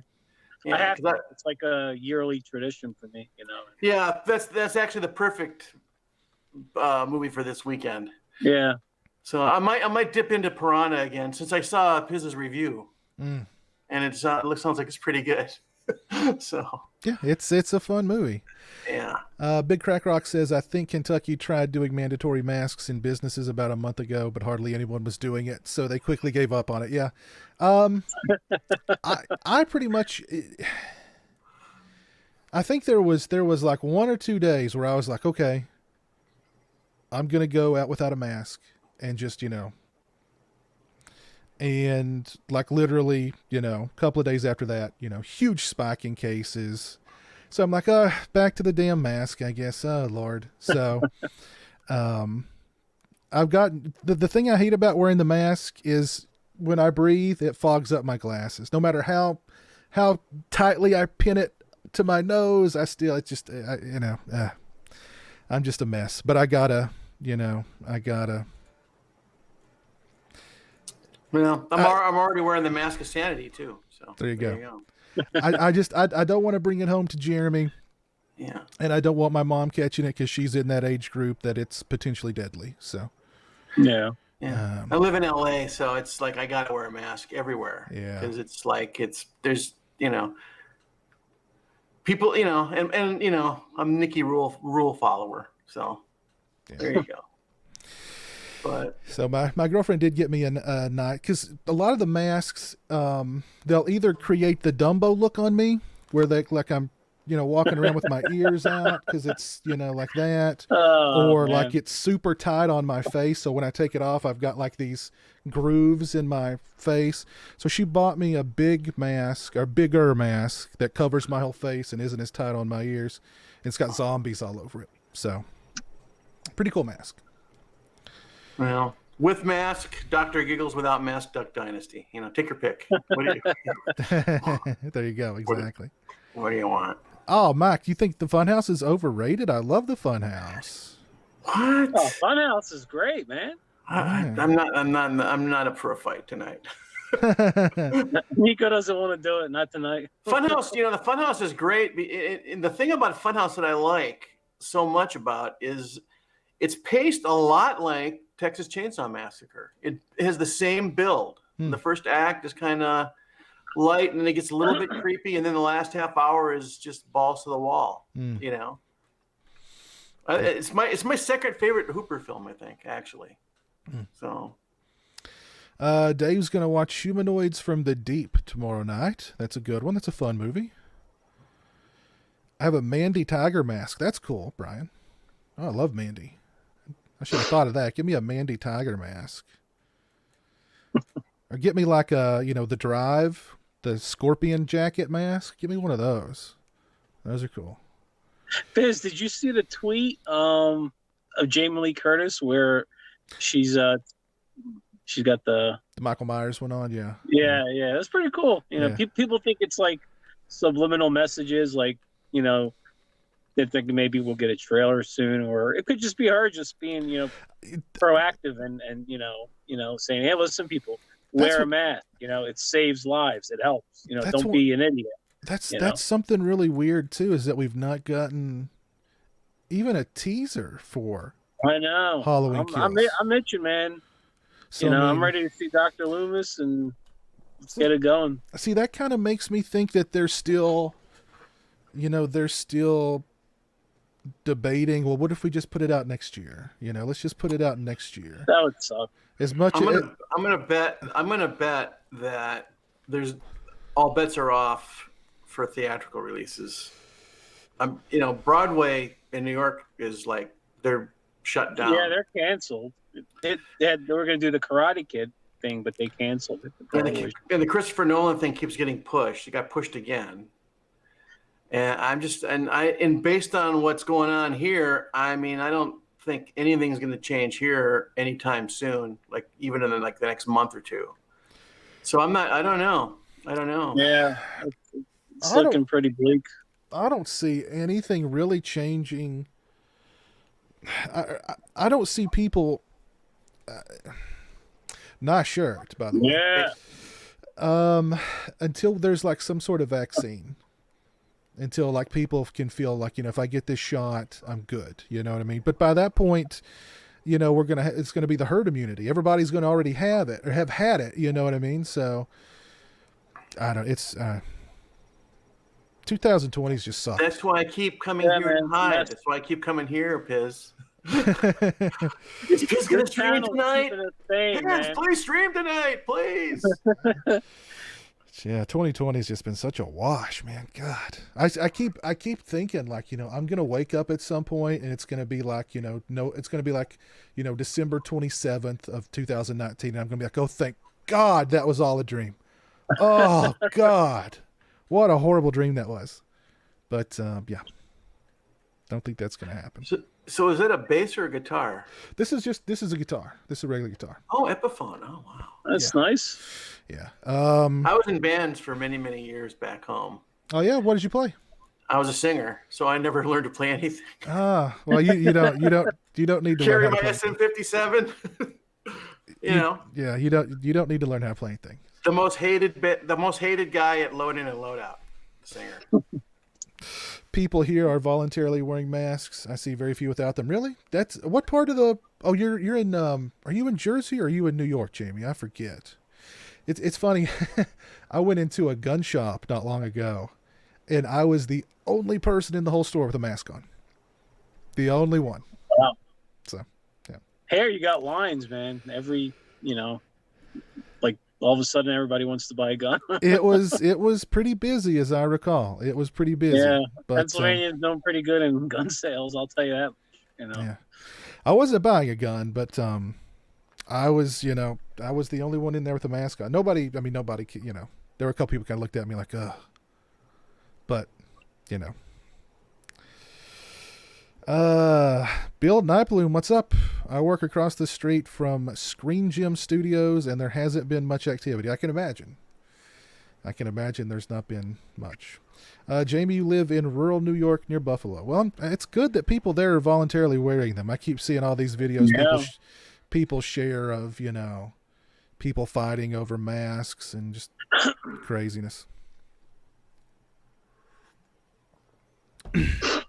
So, Nico, you've got your whole weekend planned out, man. Yeah, I mean, as long as Grubhub and Domino's exists, I'll be okay. What are we getting from Grub? What are you ordering, having delivered from Grubhub? We have a really great breakfast joint here called Norm's, and they make great omelets, great pancakes, and so that's and then throw a couple cups of coffee in there, and then I like the and I don't really like Domino's. Yeah. But they're good because when I call, they go, "Oh, it's Nick," so I know I'm going to be taken care of. But I like the Brooklyn, the Brooklyn thin crust, Brooklyn cut, pepperoni. Throw a few, So that's that's pretty much it. I tend not to really want to head out of the house too much. Well, and what's good about pizza? Is that nobody touches it. It goes in the oven on a stick. It comes out of the oven on a stick. It goes in the box. Box is closed. Nobody touches it. So I mean, that's one of the good things about the pizza. Now you go and you get something, McDonald's, people have had their hands all over it, and you're just hoping they had gloves on and they had masks on, and yeah. The guy shows up in like practically full PPL, man. When I've ordered pizza, like they're very pepperoni protection and like when I've ordered from I don't order from Domino's because we don't have a Domino's close by. You're not missing nothing, man. But like, well, I do like some things from Yeah, Domino's. Domino's. I like their stuffed, like cheesy bread. I like that stuff. But like Pizza Hut, the guy will always like, either like hand it to you far away or he'll put it down on the ground and walk away. Like he'll put the bag down, put the pizza on top of the bag and then walk away. You reach out, get the pizza off the bag, then he takes the bag and leaves. So I have a compromised immune system. I stay home mostly, but if I do go out, I always wear a mask. Good idea. Yeah, very good idea. I totally understand that, Jamie. What's up, Jeff Overing? How you doing, buddy? Matt doesn't like Matt. You don't like Slaughter High, and you don't like Water. Oh man, how can you not like Slaughter High? He does. He thinks Slaughter High is overrated, and The Thing is overrated. Oh my God. What? He prefers John Carpenter's The Fog, and what was the other one? Boo. I've lost his. Oh, They Live. He says The Fog and They Live were Carpenter's best. I like They Live. Rest in peace to Roddy Piper. And I met him before Monster Mania, but I guess everybody's got their own likes, dislikes, but I can't agree with those, dislikes. I saw The Thing the day it came out in the theater, and I hated it. I just hated it. And then I didn't see it for like another 15 years. And when I saw it again, a much wiser person who'd seen some things in life, I thought it was one of the best horror movies that I ever saw in my life. What was it about it you didn't like the first time? Was it just too bleak and just too, Well, I was a big classic movie. I'm still am big classic movie guy. So I was really married to the 1951 original because I thought that was like one of my favorite movies growing up. I was on TV all the time. I loved it, and I just wasn't ready for the frank, brutal depiction of gore, and I wasn't ready for the bleak ending. And so. I was one of those guys. I ran to ET for comfort.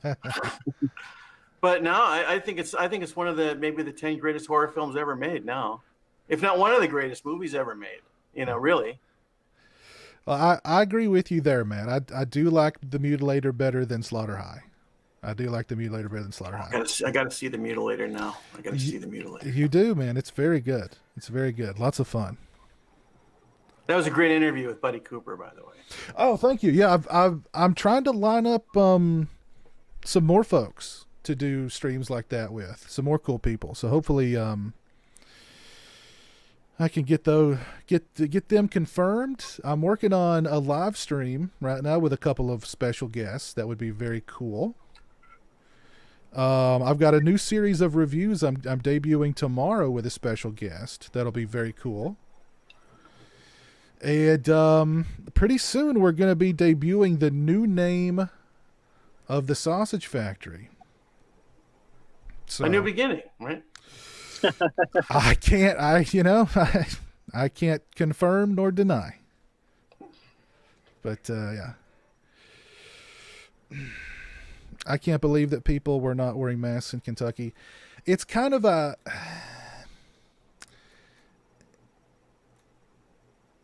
I think at this point people are...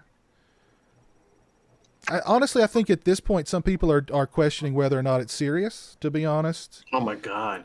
I think there are a lot of people who are like, okay, at this point, let me just get it and get it over with. And because honestly, mostly the people who I see that are wearing masks are either older people or people who like seem to clearly work in some kind of health related field, like with scrubs and stuff on. But I also think too that people don't want to wear the masks because it's like they're being told that they have to, and they're like, well, screw you, I don't have to do anything. So I don't know. I wear the mask for my mother and my brother. So I don't want them to get sick. I don't want to, because I mean, do you want to be the jerk that brought it home to your family and they got sick and when somebody died? Do you want to live with that? I don't even want to bring it home to my other personality. Yeah. I don't. There was a very close call I was involved with, a little while ago, and luckily it was a false alarm, but there was certain degrees of separation, but I would have been right there in the zone, and would have, by the time, if it was not a false alarm and it was for real, I would have already had plenty of opportunities to have infected both my mother and my brother. So it was a close call, but luckily it was not. It was negative. So I was very happy about that.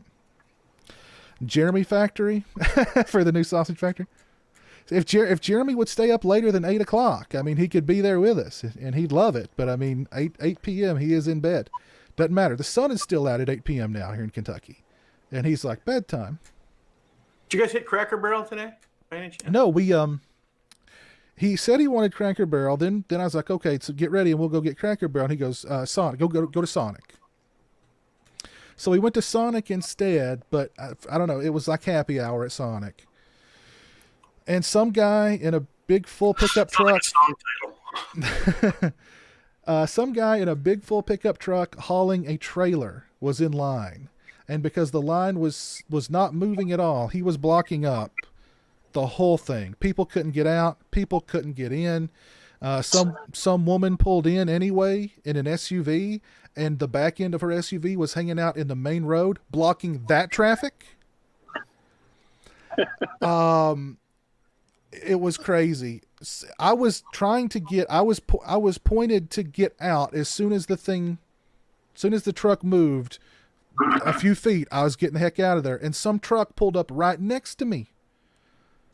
Like I'm just going like I'm literally like now I can't get out. I said finally when we got it, I said, Jeremy, we got it. Let's just do Taco Bell or something bad's going to happen here. And so he was like yes. So we did Taco Bell instead.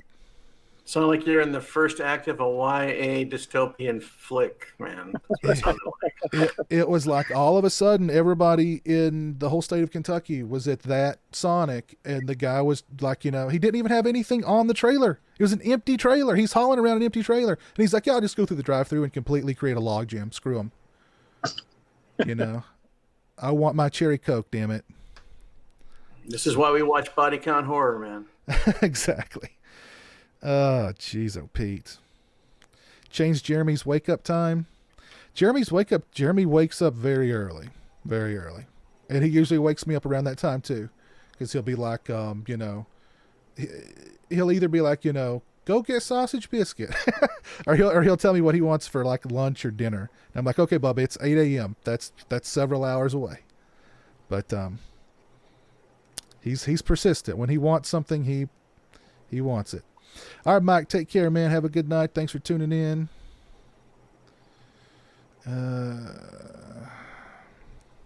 What are you doing this weekend, Al? What are you going to do?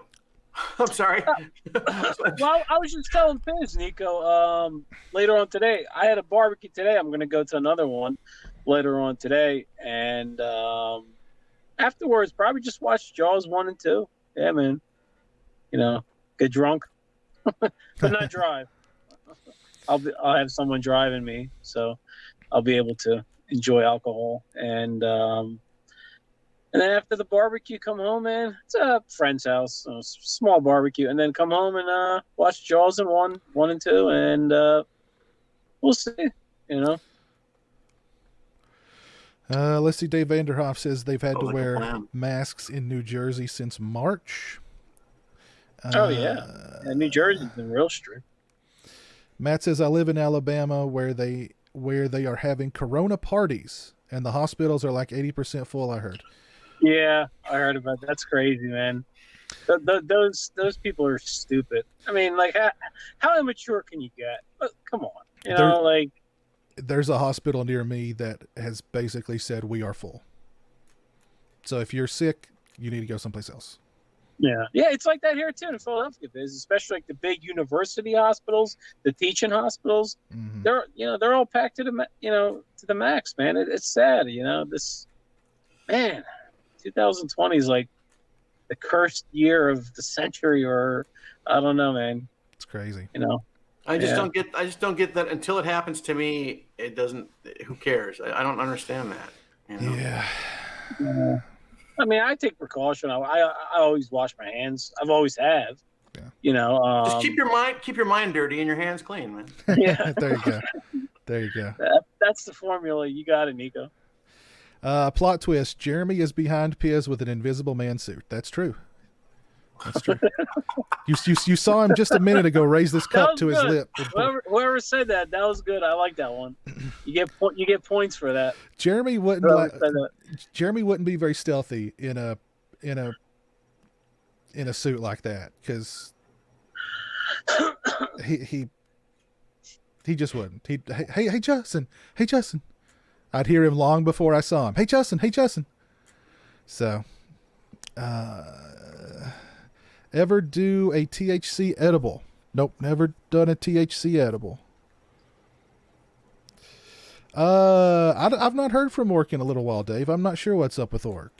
I know he did a live stream with Lauren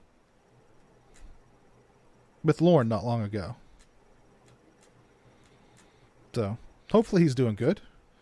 He used to tune in on Twitch, but I've not seen him on Twitch in a while. Hey, that reminds, because I follow Lauren's site too. Do you guys like talk to each other about when you're going to stream, or is it just like every guy for himself or whatever? I usually, Lauren has a schedule.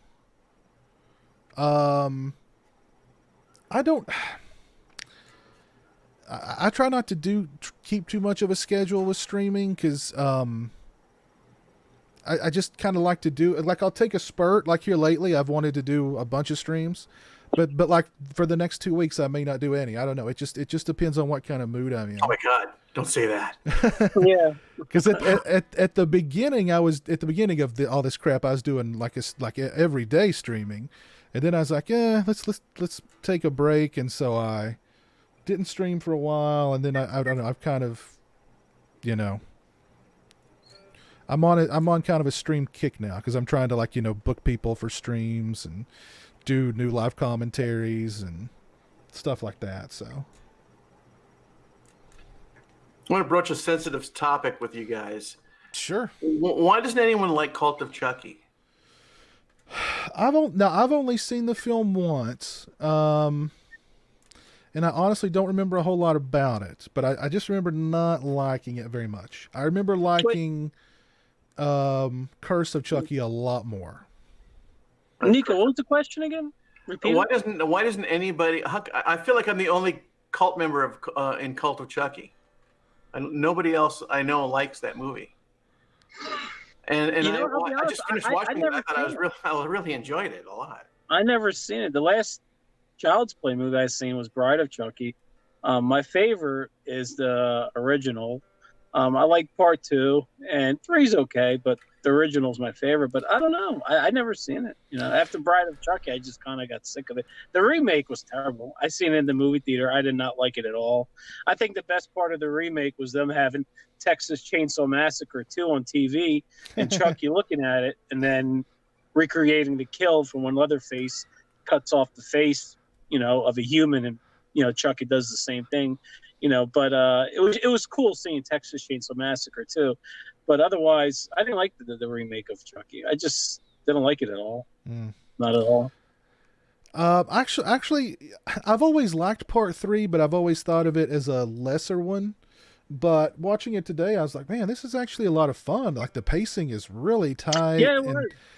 And Chucky is just like so on, in that movie. He's like so foul-mouthed and evil, and he's rage, man. Yeah, so I don't know. I kind of, and they managed to shoehorn that great set piece at the end too. Oh yeah. That was a great climax. It was maybe one of the best Chucky deaths in all the movies, I thought. I've always liked the carnival scene, and of course the last act. I've liked all the last act, like when he replaces the paint bullets with the real bullets, and he's got the grenade. I don't there's Oh yeah, that was pretty brutal. yeah, the whole last act of that movie I've always really enjoyed. But That was brutal. what do I stream on? Actually, I'm streaming through OBS, but I'm streaming StreamYard through OBS. Dave.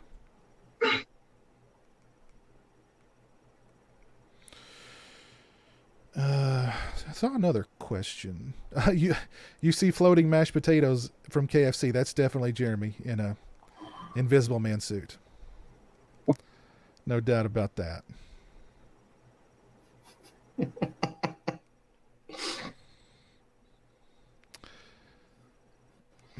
Let's see, Dave, if you wanna try to join us, Dave, or Jerry or Bill, if you guys want to try to jump on and join, there's the link to join us. If you want to jump on and say hello, or you know. And if I'm taking off space, kick me off. I got no vanity, baby. No. I actually heard that StreamYard now you can have like up to 10 people on here, which is, you know, it was 6, which just 6 is a good number. I'd like how they do the green room here, so you can kind of shift people around and, you know, that kind of thing. So I do like StreamYard. But yeah. And by the way, I really was sincere about that. I've lived in LA for 25 years now, and I've had many friends come and go because it's LA. Right. But I had one friend that I was friends with from the year that I moved here until he died 3 weeks ago. And I swear, man, part of like what got me through the last 3 weeks is unsolved mysteries, you know, watch-alongs, and just hanging out with you guys. Really, it's just like it's been pretty brutal. Today was like the first really kind of brutal day, but you know, here I am booking in it with you guys. You know, so I'm sorry to hear about that, Nico. Yeah, we were very tight for you know a long time, and he's an older guy, so you know it wasn't like he came as a shock or anything, but it's still, you know, it's one of those things that when it happens, you're almost numb and it's like an abstraction, but then afterwards, you know, especially when you got a lot of time in your hands and there's nothing going on, you're stuck at home. Yeah. And it's just you and Chucky and Leatherface. And, Yeah.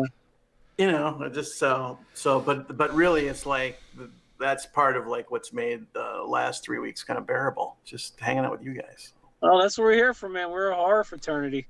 Yeah. You know, horror fans are, you know, one of a kind, man. Yeah. Oh my You know. God. Well, I'm glad. I'm glad. Oh, look who it is, man. It's Christian Hanna.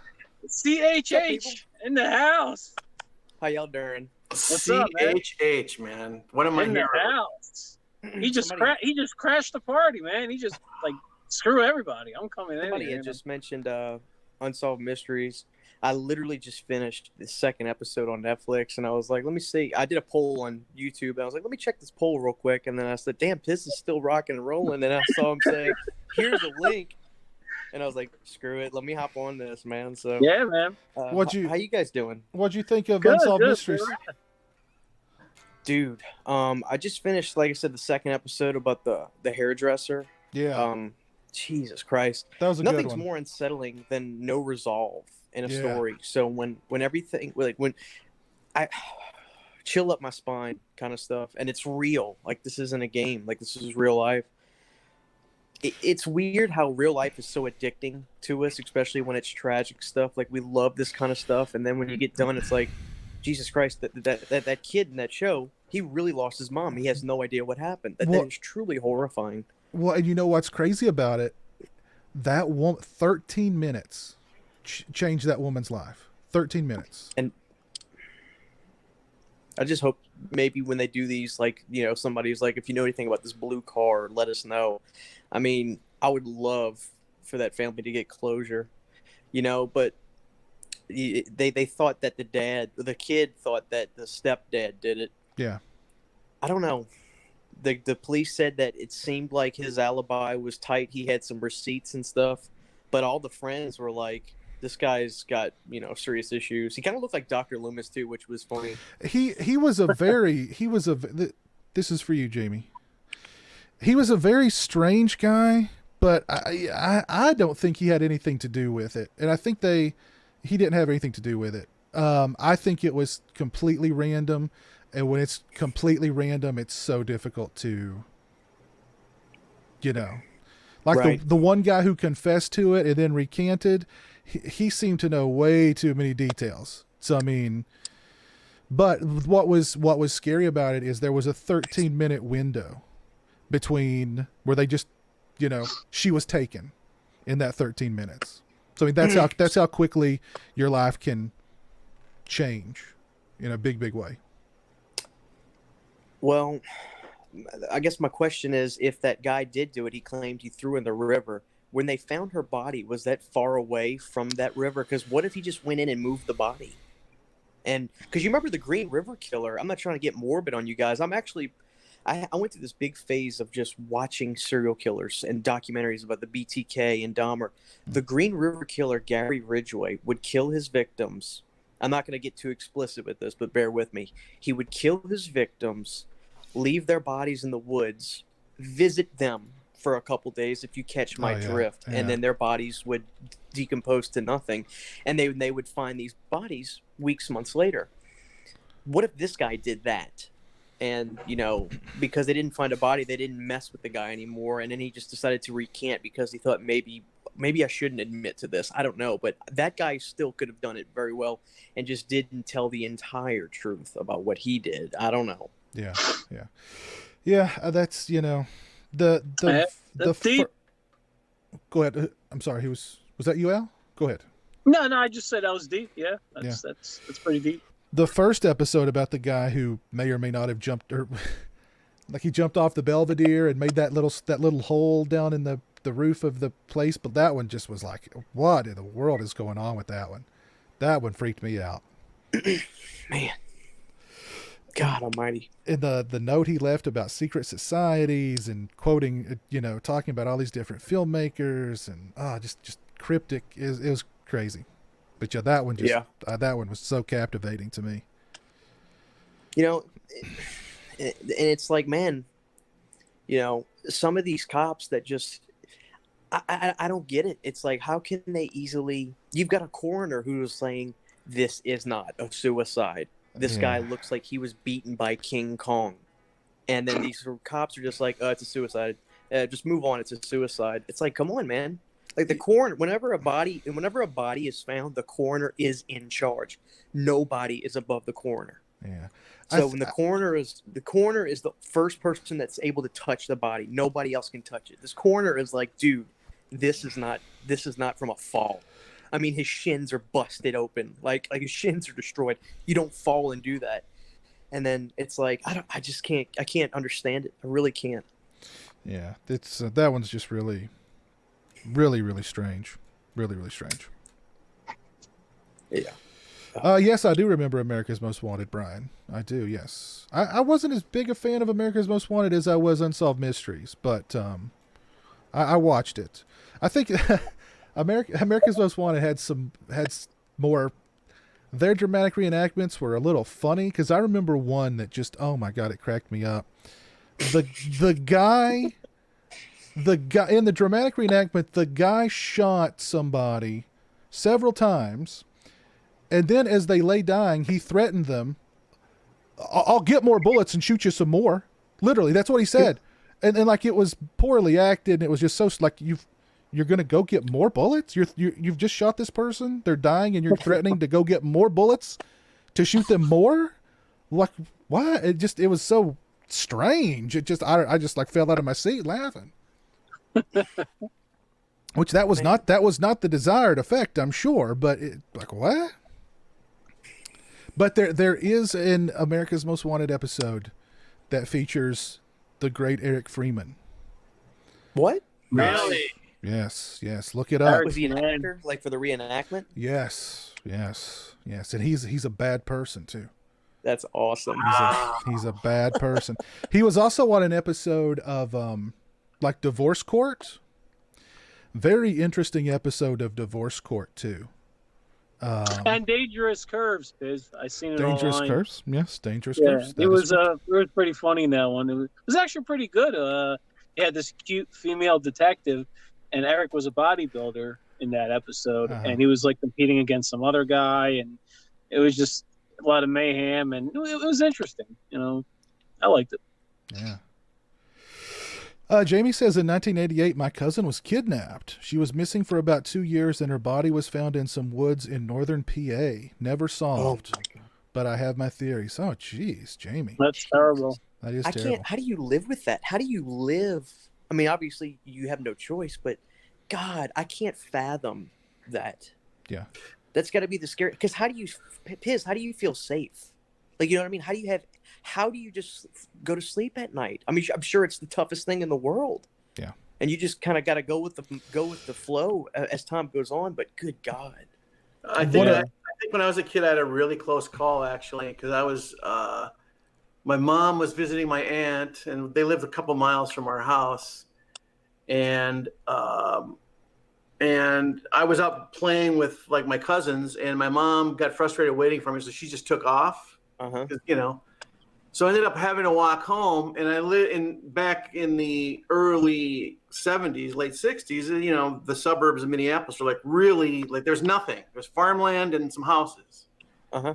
And I was walking home, and I was on the a 2-lane highway, and I got to the entrance of my neighborhood, and a car pulled up, and this couple opened the door, and they asked me if I wanted a ride, and I said no, I'm really close to home. He said, "You sure you don't want a ride? Why don't you just get in the car?" You know, and I don't know why, and I have no reason to believe that they were like kidnappers or whatever.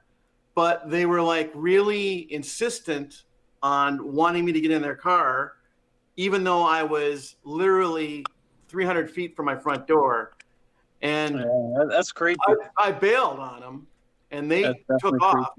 But like, what? And I was a stupid kid. What if I had gotten in their car? Or what if they had come upon me a half a mile from my house, and tired little Nikki, I'll get a ride the rest of the way. Yeah. Who knows? You know. Yeah. Or what if they just jumped out and grabbed you and threw you in the car and took off? You know. That's what they do. That's how random stuff is, though. You know. Yeah. I was out playing in my backyard one day as a kid, and this guy came up to me and said he'd give me $5 if I went home with him. Oh man, And I'm not gonna say anything. I was That's bad. I was like, no thanks. I'm glad you're okay, Piss. This is years before the $5 footlong promotion.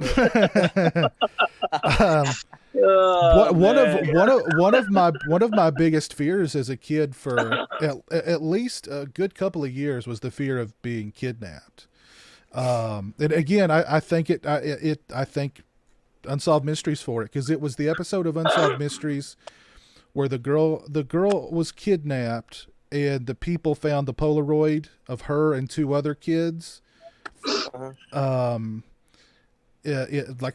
was a white van in a parking lot, and somebody at a grocery store or a convenience store, this guy parked next to a white van. Then when he came out of the store, the white van was gone, and there was a Polaroid face down where the van was. He picked it up and turned it over, and it was 3 kids bound and gagged in the back of a van. Ooh. Jeez. And It's not good.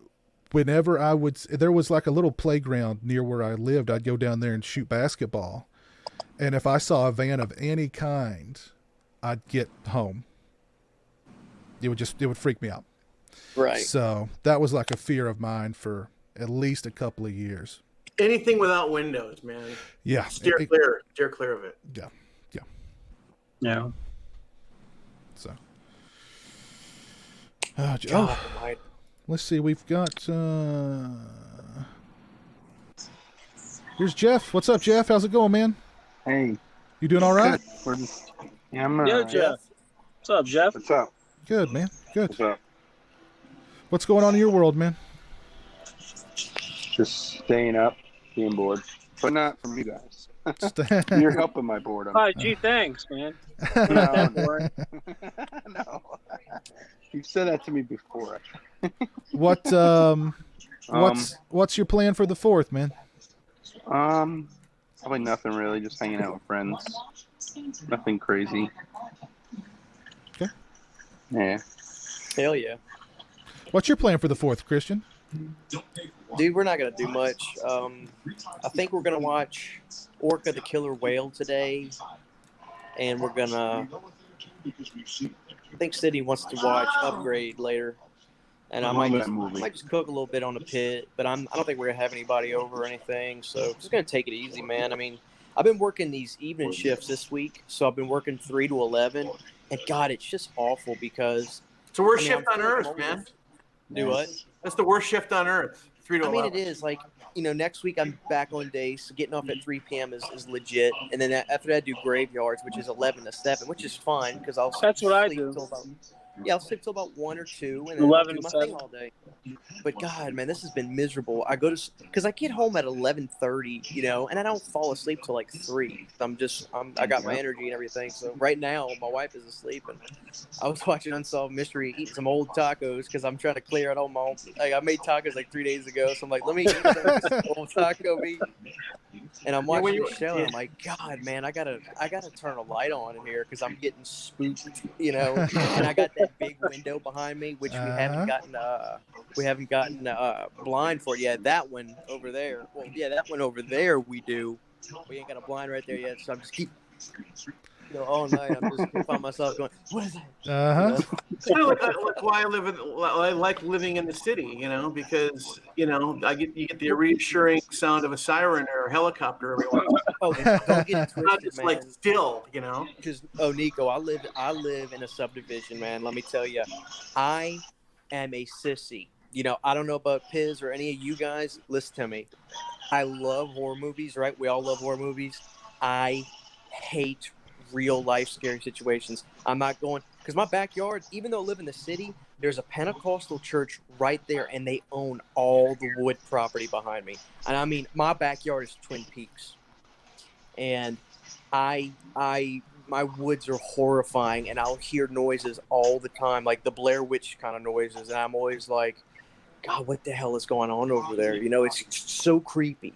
But literally over here in front of my house, I could walk outside and walk to my Dairy Queen, and I got Hobby Lobby and stuff right there. So it's nice because I'm in city limits and everything. Because when me and Sydney, we were going to buy it, we've been renting houses. When I wanted to buy a house, I said, Sydney, I have to live in civilization, city limits, because I can't be in the woods. I can't do it. I got a buddy, my singer from my band, Caleb. He's like, dude, I'm moving to, he lives in this town called Downsville. He's like, I'm moving to Downsville, man. I want no neighbors so I can do whatever I want. I was like, screw that, man. And he has no neighbors for miles. He literally has a dirt road. That's how country his life is.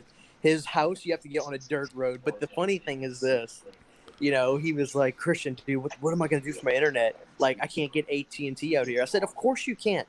Like, I can't get, blah, blah, blah. I can't get Cox or whatever. And I have what's called Suddenlink internet, which is good internet because it's hooked up through the power lines, right? It's like cable TV internet. So it's like, boom, it's good internet. He's like, dude, nobody's doing it. Like, what am I going to do? And he's like, I think I got to get HughesNet. I was like, oh, man, HughesNet is the worst. HughesNet is so bad. It's like when you call them up, it's like, hey, do you guys do internet by my house? Their response is, we could try. I can see the log line for his science fiction movie. In Downsville, no one can see you stream. Oh my God! One of the biggest horror stories of the past, I don't know how many years, when I had satellite internet for about 4 years. Yeah. You talk about a horror story. Satellite internet. I need to do a video just talking about my satellite internet experience because it's. Oh my God. I pity anybody who has to go with satellite internet. Pity. Dude, it's bad. Yeah, I mean, I mean, what was so funny, Piz, I have to screenshot it and send it to you on Twitter or something. My buddy Caleb, a singer from my band, Caleb, goes on Facebook and he makes a post that says, "Okay, guys, so it looks like my only option for internet is HughesNet. What do you guys think?" Oh. It was riddled with comments like, "I would rather chop my tongue off. I would rather lick a toilet seat than use HughesNet." I'm like, God almighty. I didn't have HughesNet, but I had the satellite internet companies know if you're coming to them, you literally have they're your bottom of the. It's that or dial up, and I got to tell you, I'd rather have dial up, honestly. Sound like my pawn God. sharks, man. So they will price gouge the absolute crap out of you. They'll hold you to ridiculous data restrictions. So forget about streaming anything. Forget about Netflix, Amazon Prime. Forget it. Done. You'd be buffering for days. Done. No, not buffering for days. You'll eat through their tiny data allowance literally in a minute. Oh, And then they slow your speed to a crawl, and if you continue to use it, even if it's at a crawl, which you can check your email and stuff, they'll just outright stall it and just stop it. So I'm in a wrong business. And then on top of that, the latency issues with that. So forget about gaming. Forget about everything to do with the internet. If you have to have satellite internet, you'll outside of checking your email a couple of times a day, that's all it's good for. A little bit of social media here and there, that's all it's good for. Now the package that I was on, between the prime hours of 12 a.m. and 6 a.m., I was unlimited data between midnight and 6 in the morning.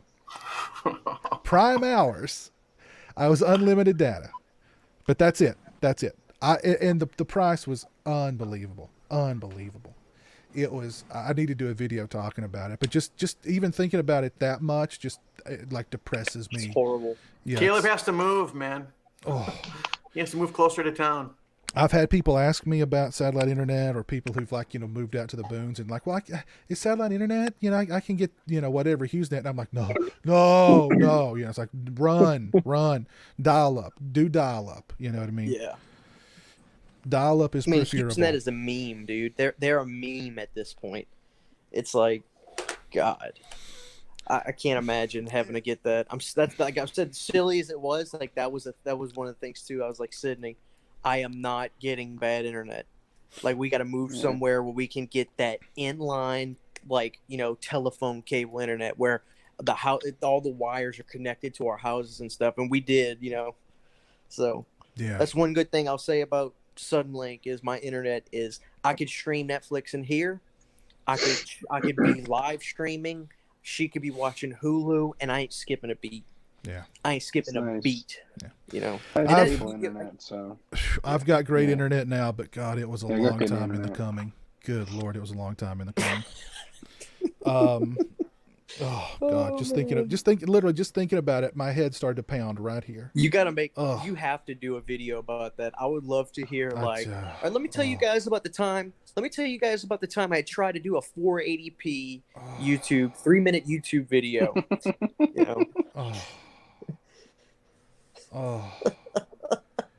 Jeez, it was an absolute nightmare for so many years. But see, even like the internet service in America is if you look at how internet service is done in like Europe, in the UK, for instance, it's completely different because it's a free market. Here, you're either in like an AT&T territory or a let's see, Time Warner is now what? Is that Viacom or not Viacom? Spectrum. Yeah. So like, Spectrum. Spectrum. Yeah, and let me tell you, I deal with Spectrum for my work, and Spectrum is garbage. I have to deal with Spectrum for my work, and dealing with them is like pulling teeth. It is unbelievable. But yeah, what they do is like they'll allow AT&T to come into an area and lock it down. That's an AT&T area. Nobody else is allowed in that area. Or Spectrum will come into an area, lock it down. Nobody else. So they go, okay, your price is this, your speed is this, and if that's not good enough, go to somebody else. Well, you can't go to anybody else because they own the area. Why does AT&T and Spectrum, formerly Time Warner, have the worst customer service ratings year after year after year?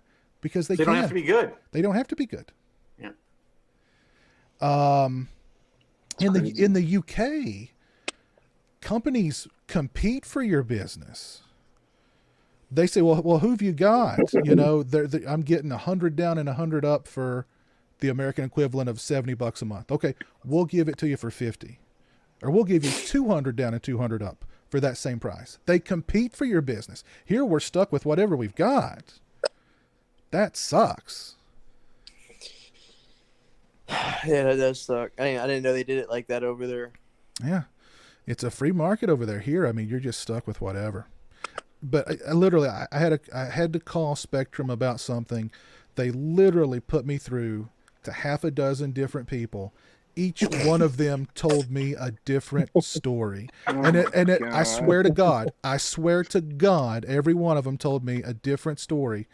And I ended up eventually with somebody just to get me off the phone. They go, "Oh, we don't have service in your area." And I went, oh. What? I said, I'm in a Spectrum. This building is in a Spectrum area. I don't see it on our map. And I went, "Thank you for wasting an hour and a half of my life." And I hung up. Yeah, really. Just to get me off the phone. Because they were like, I'm sure they were at the call center going, "This guy won't hang up. This guy's persistent. Let me get him. I'll just tell him we don't have service in his area." And that's literally what they did. That And is then great. 10 minutes later, you get a survey call. Yeah. No, 10 minutes later, then the bill arrives. Yeah. Yeah. Oh my God. Oh, How many jeez. of y'all have satellite TV? Y'all on a contract with Dish or Direct? Direct. I have direct. I have Oh. BIOS. I don't own a television. I don't. No. Leo, I don't. Not a whole lot's changed in the man cave since last year. So I mean the man cave's about this. There's minor changes. I don't know if there's enough to do an updated tour this year. Could you get a VPN? No, not for satellite internet. No, not for satellite internet. UK broadband often crashes once a month. Oh, really, Gypsy? Well, Spectrum crashes once a day. Once every hour is more like it. And Once yeah, I was a gonna minute. say, it's probably not a fender bender crash. It's a 6-car pile-up crash when Spectrum goes down for like an hour and a half. Yeah, it's like, my internet's out here. Okay, we can get somebody out there to look at it next Tuesday. Yeah, that's what they do. Around, I don't know. Will you be home at like, noon? No, I Between work. 7 and 6. Yeah, exactly. We'll be there sometime between 7 a.m. and 6:30 p.m. Will somebody be there? Yeah, okay. And then they call you at 6 o'clock and go, "We're going to have to postpone it. New schedule is 3 months from now, 3 o'clock in the morning. You'll be up, right?" Good Yeah, I'm God. glad we don't have that anymore. Oh, We'll see you in 6 I had months. Spectrum. Yep. oh, jeez. I tell you what used to get me about Direct TV and Dish, both of them. They can kiss my butt. I'm done with them. I have internet TV now, which I think is the future because people are sick of contracts. I'll tell you that right now. Yes. My Direct TV bill, which I got in because my friend had it, right? And I got this deal where I got this good plan for like $50 a month, and that lasted for a year, no problem. Direct TV was treating me good. All of a sudden, my bill starts creeping up, $3 here, $2 there, and I'm like, Yeah. okay, it is what it is. My year is up, but that's fine. So I went from 50 to 70, and that leveled off for about 3 or 4 months. $73, $76, $81. They do. And so finally, my wife is like, "Christian, are you looking at this bill?" I'm like, "Let me have a look at it," right? Because she would always handle the bills and stuff, and she would tell me, just kind of creep up. I would look at it, local sports fee, $9. I live in North Louisiana. What local sport? Like, I live in North Louisiana. There is nothing here. Yeah. And then all of a sudden, it gets up to $115. And then I called, and then they fixed it, and they had no explanation for why they were giving me all these extra charges. I got the exact same thing from DirecTV. I don't watch TV either, but I gotta have it for Jeremy, and I've got to have a certain more expensive package because it's got his favorite channels on there. I was literally like, this was for years. This wasn't 6 months, a year, 2 years. This was years, 5 years, 6 years. All of a sudden, one day my bill arrives and it's exploded, and I'm like, "What?" I mean, it literally went up. It was over $100. Yeah. And I was like, "What in the world?" And I called them, and they go, "Oh yeah, you were on a promotion." And I said, "For 5 years? I've been on a promotion bingo. for 5 years." Yes, sir. That's what our records say. And I go, "Oh my God." I go, "Okay. Well, you got any other promotions that'll last for about 10 or 15 years that'll knock me back down?" I literally have heard of people who will jump from direct to what's the other one? Dish. They will jump from direct to Dish just to do the promotions. And when the promotion's up, they jump. Right. But I was shocked. I said, "You did a 5-year promotion for me? Did I win some kind of thing? I've never heard of a 5-year promotion." "Well, that's what our records say." And I go, "I think your records are messed up." So they did something and they fixed it and they pulled it. If you threaten to leave, they're going to work with you. Because streaming services have hurt them too. But they make you work with them. They make you put them through the ringer. They'll have you on the phone for 45 minutes or an hour. No doubt. And then they'll finally, you'll wear them down, and they'll finally give you an extra, shave $15 off your bill. Right. Yeah. But Nico, check this out. So this is what I was saying real quick. So I get the bill, I call them, right, and they bump me down from like 119 back to 70. 3 or 4 months later, I am back up to $120. I started at 50. I'm at 120. I had a bad day at work. Okay, I come in the house. Here's the thing about me: I hate spaghetti, especially those spaghetti my wife used to make. She doesn't make it no more, but she loves spaghetti. I come in the house one day, Piz. I'm pissed off. I'm not having a good day. I walk in. I smell spaghetti. She says, "Bills are on the table." I look at the bill, $100 and something. I said, "Sydney, give me the number for Dish." DirecTV, "Give me the number." She goes, "What do you?" I said, "Just give me the number." I call up. I get the first person. "Hi, Dish. What can I do for you?" I said, "I need to cancel. I need the satellite off the roof now. And she says, "Excuse me, sir. Just tell me what's wrong. Tell me what's wrong. What's the problem?" "My bill. What is the local sport fee?" "What sport? There is nothing around here. What am I paying for? I need to quit. I want it gone." She transfers me to another person. The guy says, "Excuse me, sir, what can we do to help your bill?" I said, "I'm done. You don't get it. Baba." I go to 3 more people. I get this old lady, and she says, "Hold on, listen to me. What channels do you use?" She calmed me down. I was yelling. She calmed me down. She got my bill down to $30. Whoa! I said, "Okay, check me out. This is what happened, Biz. Awesome. Get ready for this." She got me down to $30, but she changed my plan. She says, "Literally tell me what channels you're using." So I told her, and she says, "Okay, I'm going to get rid of this, and this. Is that fine? Do you watch those?" I said, "I never watch them." She got me down to $30. Okay. I said, "Okay, now here's the deal, ma'am. You got me to 30. The second that bill says $30.01, you come. I'm going to call you back to personally take this satellite off." She goes, "Okay." I went a full year. Okay, I went a full year with $30 bill. It went up to about 40 again. I called them. I did the same thing. I told them what happened, but I told them, I said, "This is strike 2. You're skipping strike 1. This is strike 2. Y'all understand me? You raised my bill. I'm done." When they raised it, I called. I said, "I'm done. Cancel me." And they were like, No. Check it out. We're going to give you.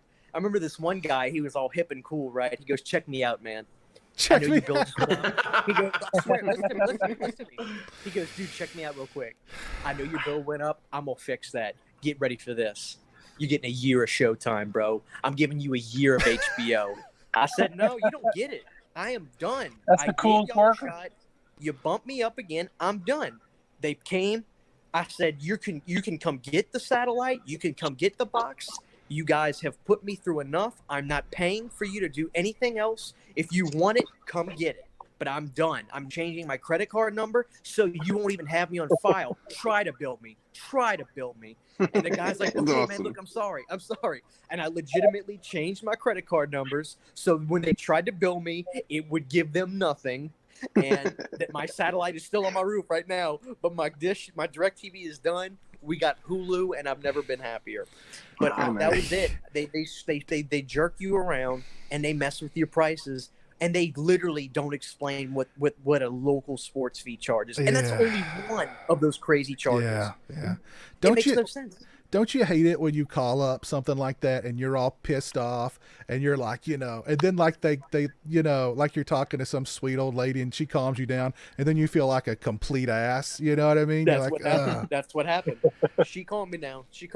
But isn't it sad, Piz, that if they have the power to just fix your bill like that, that literally is the proof for how shady these Yeah. companies are. Listen, There's no excuse for That's crazy. when They're all the same. yeah, when the Yeah. one thing I forgot to mention about the satellite internet, they lock you into these really long-term contracts too. So anyway, once finally good internet came to my area, I was outside of the contract.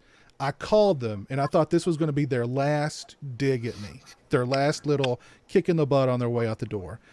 I'm like, okay, I'm canceling my internet. Oh, well, why are you canceling, sir? Because I got something better. Oh, okay. Well, we'll send you a box, disassemble the dish, and send us the dish back. And I go, really? You mean to tell me after all I've paid you over these past 5 years, I've not bought this stupid dish? Exactly. No, sir. That's our property. You've only been renting it.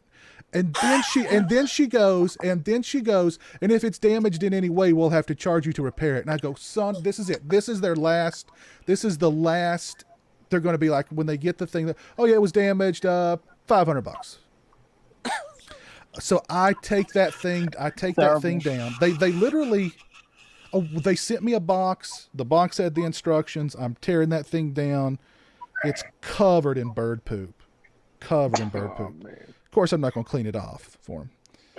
I thought about putting some other poop on there, but I decided against it. So I box this thing up. I send it to him, and I'm expecting any day to get a bill. It never happened though. Thank God, it never happened. But I was like, okay, so this is your last cash grab from me. That's how they do it to get the last. Everybody who sends the dish in, oh well, it had to be repaired. Oh, it was blah blah blah, $500. $200, whatever. Right. Maybe that's their line to scare people from quitting. They try to rip you off. You know? Yeah. The only thing I like about Spectrum is that they don't cut me off when I forget to pay 3 months in a row. They're probably too lazy. That's true. You could probably go for like a year and they wouldn't even realize it. Then again, I only forget to pay because I can't log in to turn auto pay back on and don't want to deal with customer service. I understand that. Yeah. Joey says Xfinity is good. I've never tried never been on Xfinity. Peyton says Spectrum blows. He says he loves the stream. Thank you, Peyton. Jamie says I dumped cable a couple months ago. Now I get everything through my PS4 apps. Nice. There you go. Nice. We got some love for spaghetti in the chat. That's funny. We have a problem here with scammers hijacking the signal and then pretending to work for the Wi-Fi company will make you pay extra for them to fix it. Ugh. That's in the UK. Oh man. That's why I keep buying physical media. Jamie's impressed with your candor, Christian. Oh, thank you. I have no problem talking. Anybody that watches my channel can figure that out because all my videos are one take because I can just keep going. I just keep going. I used to be good at those one take videos, but then I don't know. I like lose train of thought, or I'll go off into some wild, tirade, or I'll start doing the that kind of thing. Like, what's that guy's what's that director's name? Oh yeah, John Carpenter. Because I can't, Oh, what's that? I still watch your the thing about crappy celebrities at FanFest video. Yeah. how to deal with celebrities. I think I watch that like every 3 months just to, because it's one of the greatest streams I've ever seen in my life. Get a good laugh. Yeah. Oh Yeah. gosh. Don't Oh, be a man. dick. Yeah. Take your money. The Savini short change thing. Yeah. Yeah. Oh, Yeah. That was a fun. Piz, wasn't that the time? Wasn't that the time where you gave him a 40 or something, or you gave him Gave him 100. like 100 or yeah, something? you right? gave him 100. And he took the 100. And he just put it in the box. Took the whole bill. No, but see, here's the thing. I mean, he looked right at it. He can't say that he didn't, unless he doesn't know what denominations look, unless he can't recognize denominations. He took the whole bill, looked at it, put it under his table, and then looked at me That's pretty funny. because He was I trying to rip you off, I man. was taking up too much time at his table talking to his buddy about the sausage factory, and he was like, that's gonna cost you $100. and then he just goes, oh well, I didn't here. It's like, get out of here. Oh my God! The magic died, didn't it? That's Looking back classic. when you laugh at that though, because I remember you said your reaction was on your video, and I looked back at him and I said, "Change." Yeah. Well, see, I looked back at because he was looking at me the whole time while I was talking to his buddy like this. Like, are you done? You need to move. You need to leave. So then, as soon as it was over, I looked at him like. He goes, "What?" And I go, "Change." Oh! Here, oh my God. Savini, the master of effects, makes Yeah. $100 disappear. Here's a funny Roddy Piper story. Somebody mentioned Roddy Piper earlier. When I met Roddy Piper, he signed my poster. I took a picture with him, and then it comes the time to exchange money. Well, Okay. his helper or assistant took the money. Yeah. And as I was reaching to shake his hand, the assistant shoved the money into my hand before I could shake Roddy's hand. And Roddy goes, "Oh." And like gave me like I wanted the money more than to shake his hand. And I was like, but it's like your assistant literally shoved the money. And my hand wasn't like this. My hand was like this going to his to shake his. And the assistant just went and just put the change in my hand. And I closed my hand, and Roddy's hand was there just hanging. He was like, "Oh." in that Roddy Piper kind of way, just like, "Oh." Oh man. Like, "Oh, so you want your money more than to shake my hand, huh? Okay." That is freaking I quickly turned and I shook his hand, but I just his look was "Oh." But I wish I would have got to meet him. I was like, "Oh man, I've pissed off the Hot Rod." Rest in peace, Hot Rod. Yeah, rest in peace, Hot Rod. Jeez. Oh, Did Lauren y'all is. Have y'all met What? Kevin Yeager? I know. I've not. Any of y'all met? Let me tell you. No, That'd be man. cool. Let me tell y'all. This is crazy. So I go to Texas Frightmare. Kevin Yeager's there. He's got his original Chucky prop from the movie, right? I'm like, oh, this is awesome. I walk over by Kevin.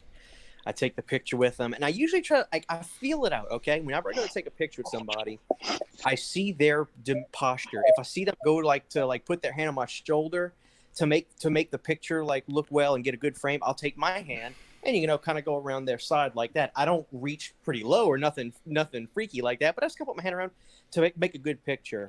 Well, I noticed he did not do that. He kind of put his hands on his Chucky. So I take the picture with him. I'll walk around the table. And I say, "Hey, Kevin, really appreciate it." I go to shake his hand, and he goes, to do that. He gave me a knuckle bump. I was like, okay. Here's the interesting thing. I watched him as I was walking through the event, and I saw that Kevin would not shake anybody's hand. And he would either fist bump or just kind of do the Chinese kind of the nod. I'm talking about. The bow. Yeah. I post a picture of it on Facebook. A guy named Don Kellogg, who is a DJ, a disc jockey in a big city near me, says, "Oh man, you went and saw Kevin? I went to high school with him." I said, "What?" He goes, "Yeah, I went to high school with Kevin Yeager. I know Kevin. I'm gonna email him right now and tell him, hey, send me that picture, or can I download that?" He downloaded the picture from me and he emailed it to Kevin. It's like, dude, I know this guy. He saw you at that convention you went to. And then I said, Don, can I ask you something about Kevin? I said, what was he like in high school? He's, oh, he was a loser. Nobody, like he got picked on and messed on. And I said, was he a germaphobe? He goes, yes. Like he was constantly, he never touched anything. He was constantly like washing his hands all the time. So I thought that was interesting that Kevin Yeager is a germaphobe. Yeah. You know, I'm very conscientious of particularly the females at conventions, the smaller females, because I'm a big guy and I don't want to just like go in for the half hug and have them like have them like cower. But I gotta tell you, some of the smaller women, like Linnea Quigley or Carolyn Williams, I mean, they're just like come here. They're like giving you, like Carolyn Williams gave me the girlfriend experience. I mean, she was like on my chest, her hand on my chest, her head on my heart, just, this loving embrace. And I'm thinking like, let's make this happen. You know what I mean? But I did mention how much I loved Lou Perryman. And he passed. Yeah, rest in peace to Lou. Yeah, and he passed away. I was like, oh, I would have loved to have met Lou, and he just seemed like such a great guy. And she was like, oh my God, So, but yeah, that's something else too, because that those people that the celebs, they're right there in the pit, and a lot of the people that go to these things don't, wash or use deodorant. Oh yeah. So they're getting the stank.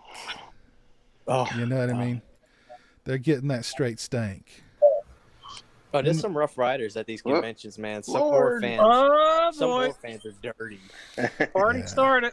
Did you see, Nico? Did you see the video I did about the convention going etiquette or whatever?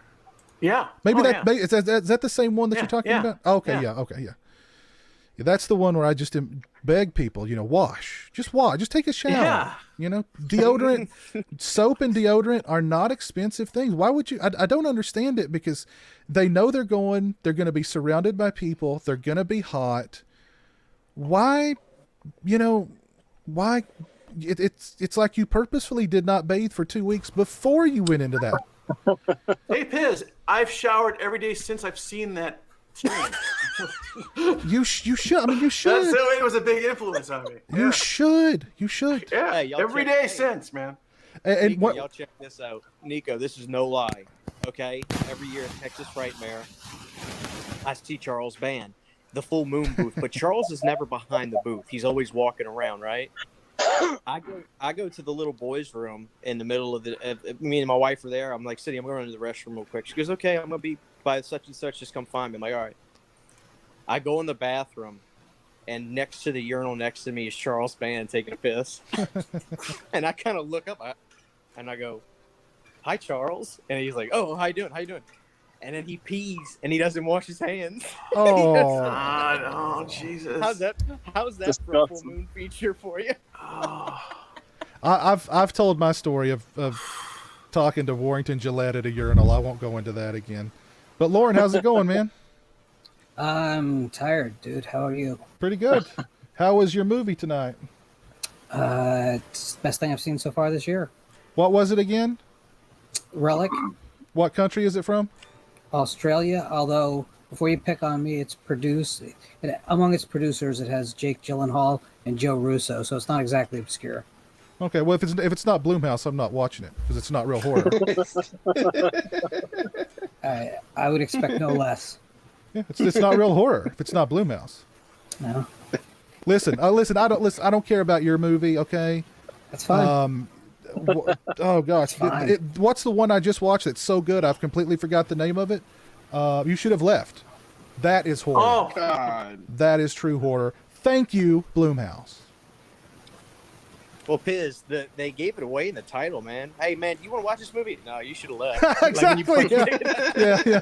They should have just called it. You should not watch this. Is that what they should have just called it? Yeah. You should not watch this. God, that was bad. That was bad. Like my girlfriend was like, "Well, explain to me how it was bad." And I was like, "What? Just watch my review. I don't want to think about it. I don't want to go back to that place. Just watch my. I don't want to watch your review. I want you to tell me." And I'm like, "Yeah, no, I don't want to go back there." You know what I mean? Oh man. Same guy who wrote Panic Room too. Yeah, very, Yeah, very I heard you say that. extremely The guy was a journeyman screenwriter, huh? extremely talented screenwriter. I mean, I just don't know. I mean, You know what happened. You know very well what happened. what's that? The rule came down from Blum. You have 3 locations and you have 14 days. Go. But I think that So I think that's Biz, just because I mean it's based on a book that I think is the same thing. But I mean, this is a dude. I mean, David Koepp could get anything made. You know, I mean, I don't know. His might have been one of those cases where you get off work at 3 and you start at 2:30. Yeah, knock it out real quick. like that. That's literally how it felt like. I mean, there's just that movie's just so God. Like literally, like I was thinking to myself afterwards, I was thinking, it was like, was this worse than The Grudge?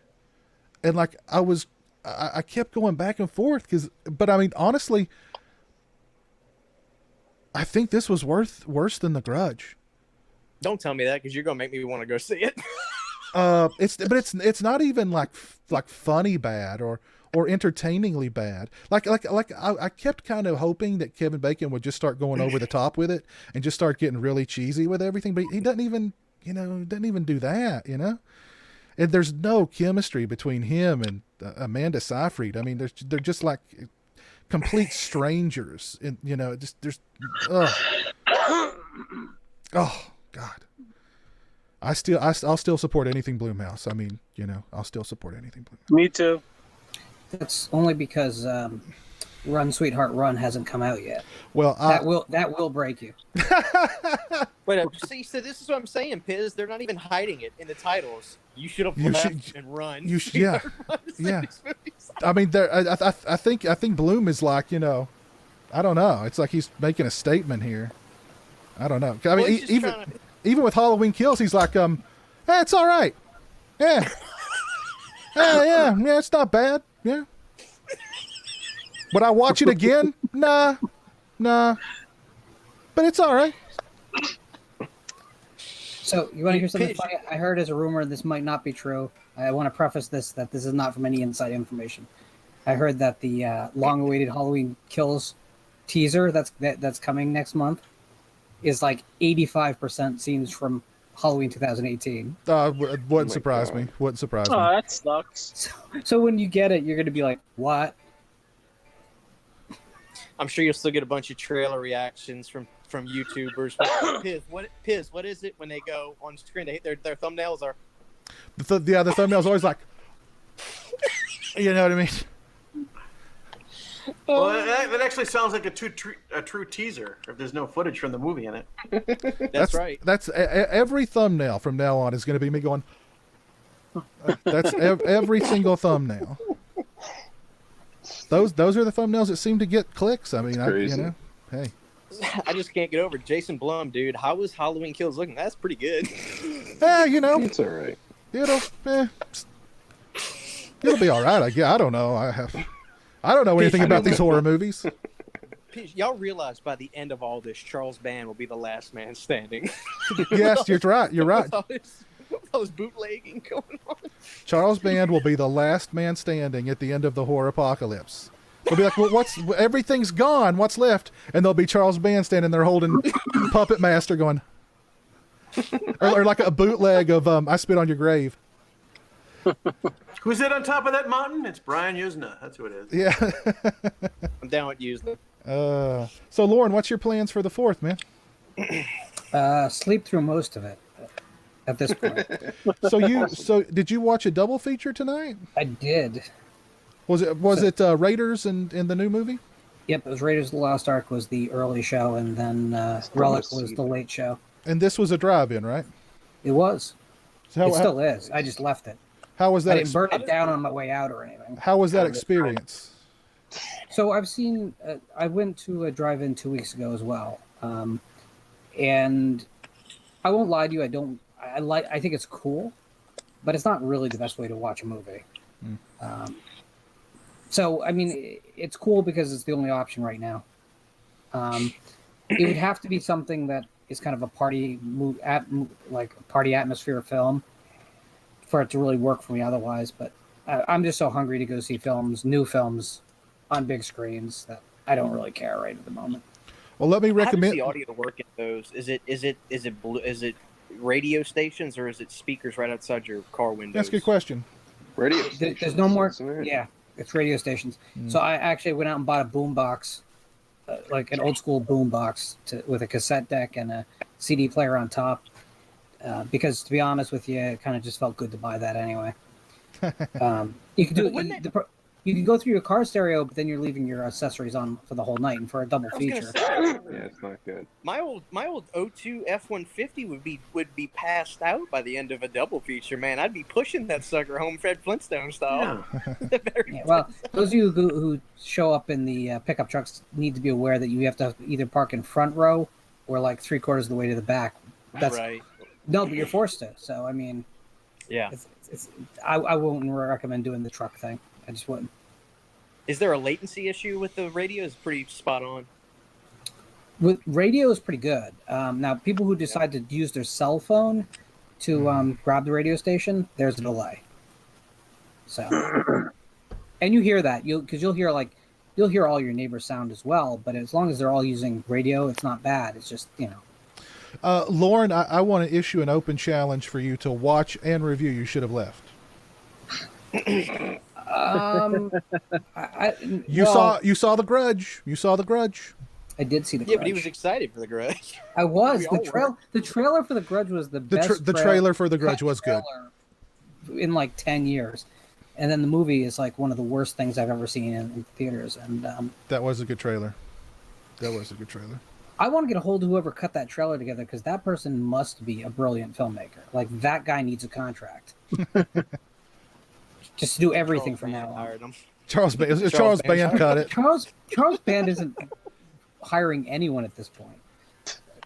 I mean, he's looking for interns to make movies. That's what's going on. Dude, it wasn't like 3 days after like the outbreak of coronavirus went live. Like everybody's freaking out. I get on Twitter. Full Moon Features presents Corona Zombies. I'm like, you son of a bitch. Oh my god. Which I haven't seen the movie. Well, I haven't seen it either. My understanding is they took an existing zombie movie and just did some ADR dubbing to throw the word coronavirus around a few times. That sounds like Charles Band. That sounds like Band. We got to get in the studio quick. Charles, there's only a zombie in one scene in this. I don't care. In all We'll seriousness, make returns before people realize. In all seriousness, and this is the last I really want. I'll talk about the movie until I can really get my thoughts in line. I hesitate to say it, but I think there's a good possibility that Relic may be as good as Hereditary. What kind of horror is this? Very personal, very literate. It's hard because I don't want to give away absolutely anything about it. If you look at the trailer, it looks like a haunted house movie. It kind of sort of is, but it's not. Are there any little people in creature costumes? There are not. Because that's what kind of mood I'm in. I'm trying to go back and find those old Trimark and Vidmark. I think movies. there's only 6 characters in the movie. Period. So. Okay. I like. And one of them only has one scene. Interesting question. Sound like a Full Moon feature. Interesting question, Gypsy, because I actually made a list of my favorite movies of this year so far. And my favorite movies of 2020 so far are The Lodge, The Hunt, Boot Part 1, The Wretched, and Come to Daddy. Those are my favorite movies of 2020 so far. Seen none of them. What was Come to Daddy? My least favorite 2 are The Grudge and You Should Have Left.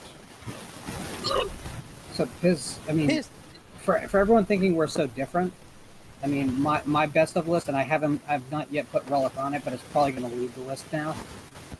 Boot Part 1, Lodge, We Summon the Darkness, this year's Psycho 2020, and The Hunt. So we have a lot of crossover, dude. Did anybody dig Heddle and Gransel or I was getting ready to mention it. I liked the there were a lot of things I did like about it. It's kind of a weak story, but That's the fair. filmmaking behind it, that was a gorgeous looking movie, and I don't know. Yeah. I enjoyed watching it. I didn't think it wasn't mind blowing or anything, but I enjoyed it. It would have made a hell of a half-hour episode of a television series. You know, I just felt like it was stretched way too thin for me. Yeah, I agree. But the witch woman was creepy looking. I mean, she was in the moment. I was like, "Wow, this is good looking." But I agree. I thought it was a little thin. You know, I think that's fair. I think the filmmaker is really talented. He did the Black Coat's Daughter, which is good, and I think if he gets the right material, he can make a really good movie because visually he's right on par with where horror should be. I think. Birds of Prey is my second favorite movie of this year, Rock Music Forever. And I can't wait because the same team that brought us that blockbuster is now going to bring us a Pirates of the Caribbean blockbuster. Mother, this closet smells of Thank you, death. Mike, for the £2 super chat. I appreciate that. Buy Al a beer on me. He needs it after this. you need a beer, Al? All right, Al. I'll take one. Al, every time I pull up YouTube or if you comment on my Patreon, I'm like, okay, why is Al is either Suspirian Russian or he's Al from Philly or something? Like, what's Well, the name Lauren, changes all the time? my original name was Al from Russia because I'm Russian. But then I changed it to Al Suspiria because I love Suspiria, the 2018 one and the remake. And then Lauren started that Al from Philadelphia, Russia-delphia, whatever. Russia-delphia. So, yeah. Russia-delphia. So it's kind of like an inside joke, man. It's an, it's so. Yeah. It's an inside joke with an outdoor voice. Yeah, something like that, I guess. Jamie is wanting to invest in a drive-in. Will drive-ins? I mean, is this going to be the rejuvenation of drive-ins? Are we all going to be going to drive-ins for the next 20 years? Land is too valuable, not. but it's nice while it lasts. It's gonna be nice while it lasts, I think. I think you'll see a few more pop up. I think it has helped the drive-in market, but as soon as people can go back to regular theaters, the people who want to go back to regular theaters are going back.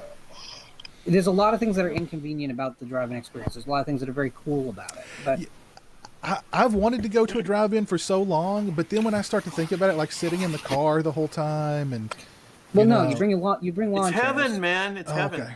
You bring lawn chairs and you can stay within your 8x8 grid without wearing a mask. But there's just too many things. Like you don't get the quality of the presentation. You don't get the quality of the sound. It seems like it'd be distracting. It seems like it'd be a little distracting too.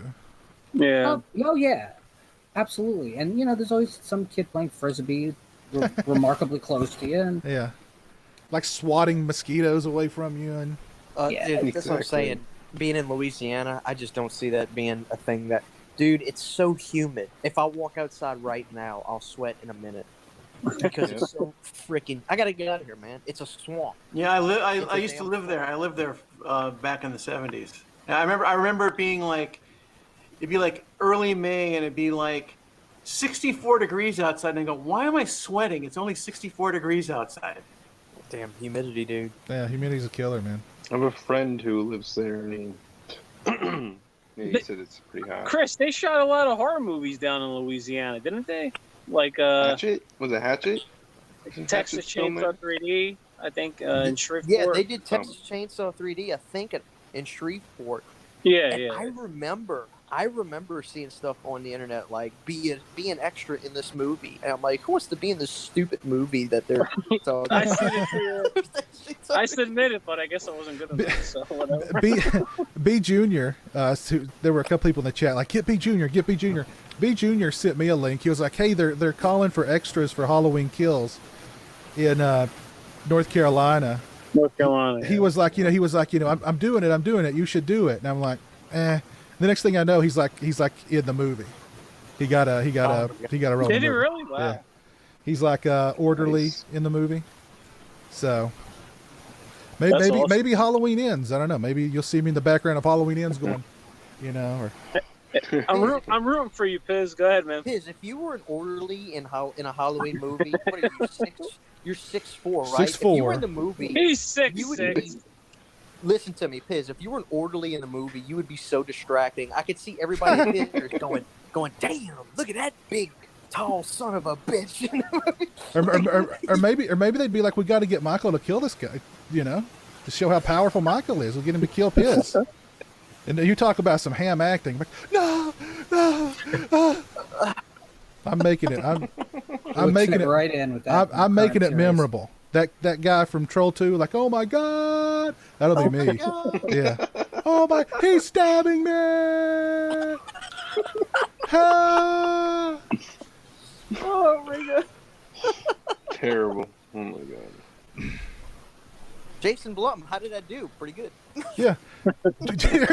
Bloom would see it and go, Great, son, man. Jason you've got Blum hasn't seen one of his own films in half a decade. I don't know. Bloom might be like, that guy's a star.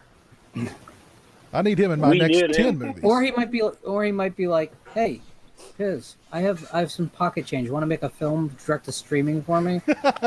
Sure. Can it be a direct sequel to You Should Have Left? Whatever you want. All right. It's called You Still Should Have Left. Yeah. Yeah. Or You Should Have Left even earlier. Yeah. I told you before, you should have left, idiot. And eventually, they'll just call their films like, fuck you for buying our movie. Yeah. Yeah. They'll just call the movie You're a Dumbass. How many times can we pull this shit? Yeah.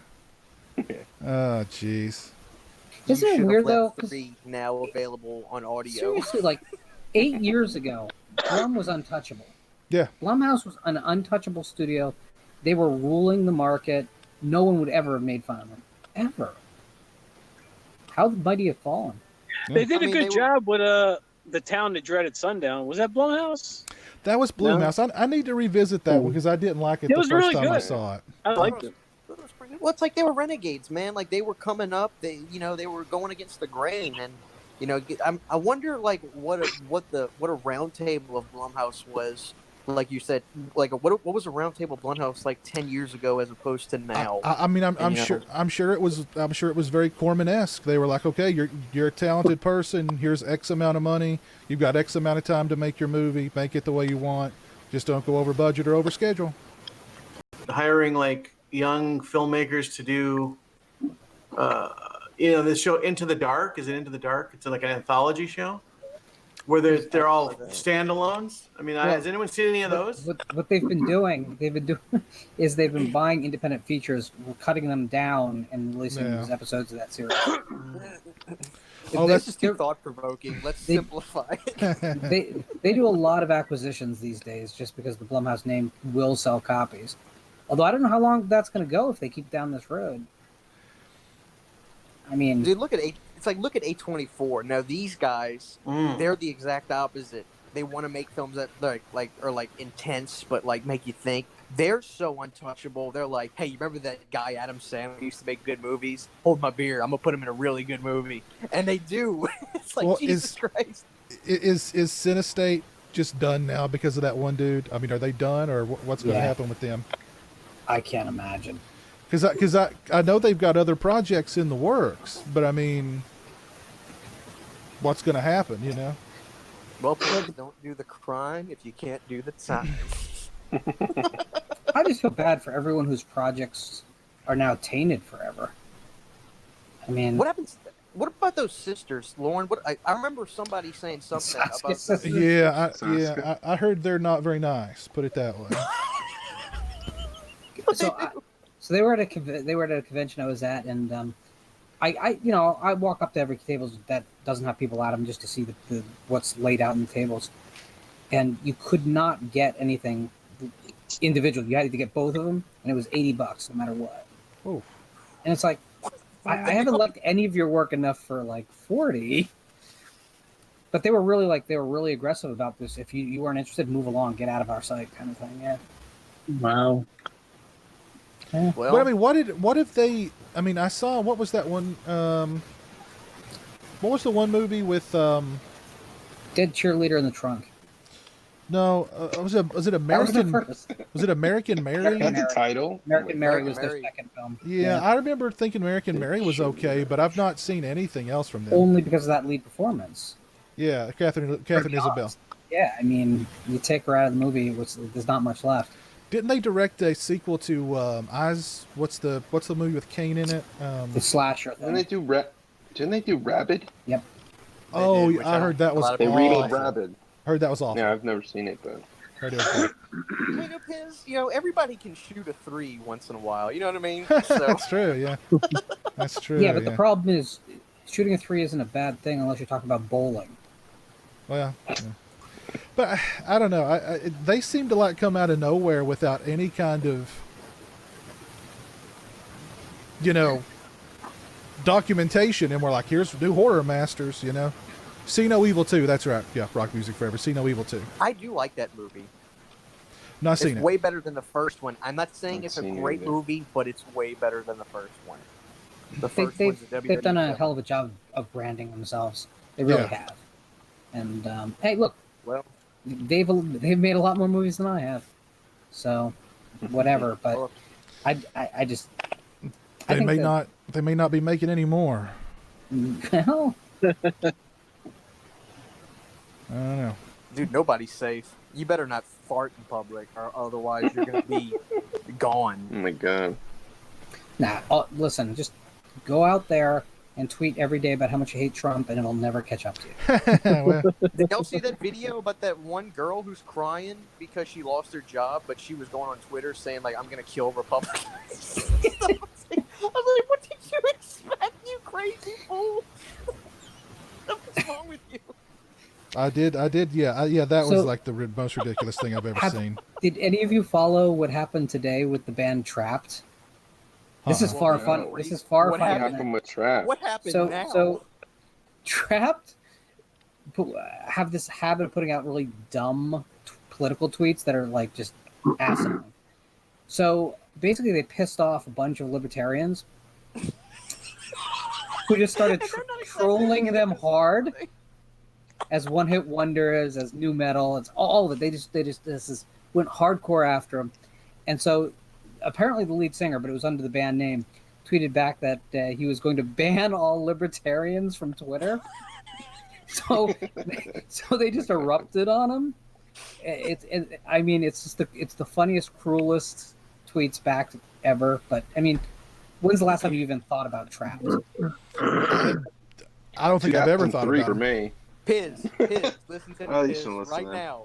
Piz, next Yes. live stream you do, I will have a cover of "Back Off, I Take You On." Oh, that's them. Okay, that's them. Take Okay, on Trapped. anyone. that's them. Okay. That's an old. That's like 2003 or something. 2002 Yeah. maybe. Something like that. Hilarious though. Yeah. They know what they're doing though at a certain level, Lauren. You know what I mean? Because like that's their way of staying relevant is to be confrontational on Twitter. So they read, but people were going back to their old tweets and attacking all of them. And one of their tweets was like, "Oh, our album came out as number 2 on the for rock sales on Amazon." And when you actually saw what they posted, they cropped it in real good, but like people were actually doing the real screenshot where you can see like they pick one of the like really sub charts, and it was number 2 to Bruce Springsteen's reissue of Born in the USA. Oh my god! So it's like, how much do you have to work the numbers to be number 2?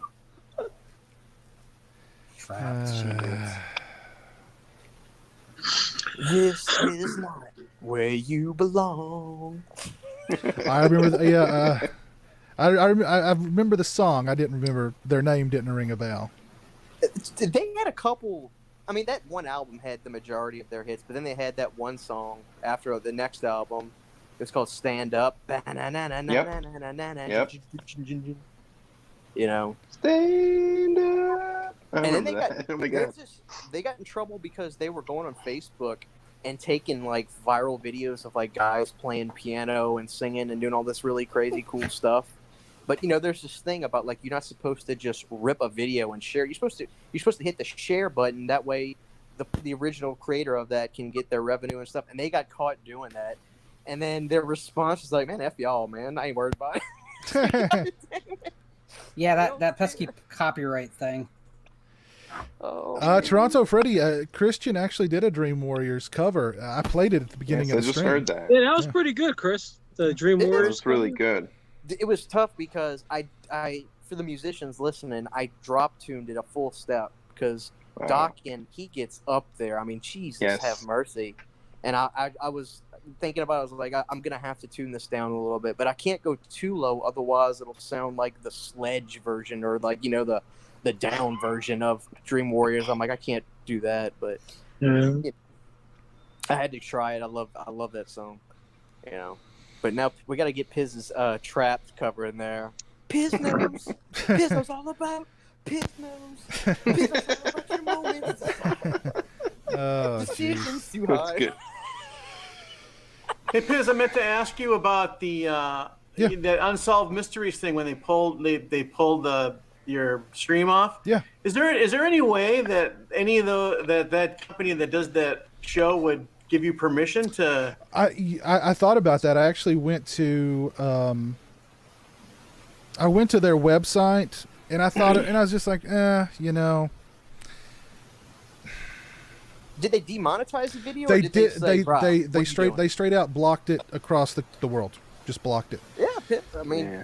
It's were you streaming an old episode? Or was this an like, old was like- episode. was This was an It was an old old episode. this was an So- old Robert Stack episode. The problem becomes, if you guys want to know the copyright law, the problem becomes if they sign a distribution agreement with another company to actually put out their product, which I'm sure they've done, either for streaming or for physical media or for even rebroadcast, they then cannot allow, they have to forcefully defend their copyright, otherwise they're in violation of the contract they signed.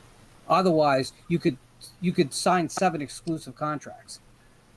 Right. Yeah. But the thing is, though, Gotcha. isn't there a full YouTube channel for like that has just a bunch of old episodes? Because Piz, I figured that's I'm all sure you there- did was. I figured that's it- all you did was take a it- video from YouTube. Yeah, it's FilmRise. FilmRise has the rights to, or whatever, to do it on YouTube apparently. So it's the full episode is still available on my Twitch channel, but they blocked it across It's just not a... the world. Nobody on cares YouTube. about Twitch. Apparently not. Apparently not.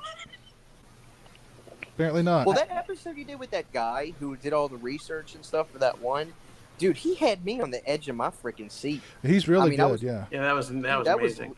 Oh, that was that bomb.com. Yeah. He I didn't must. sleep that night actually. He must not have liked how I did it because I emailed him and I was like, "Hey man, can I?" Because there's another mystery that I want to do that he did an excellent episode on. And I was like, "Hey, can we do it again? Can we give me permission to use this video?" And he never got back to me. So maybe he's just busy. I don't know. Or maybe he was like, "This guy sucks." I don't know. He might have big leagued. Or you. maybe he might have big disappeared. leagued No one knows where he is. That's a good possibility. That's a good possibility. I don't know. you. Oh man.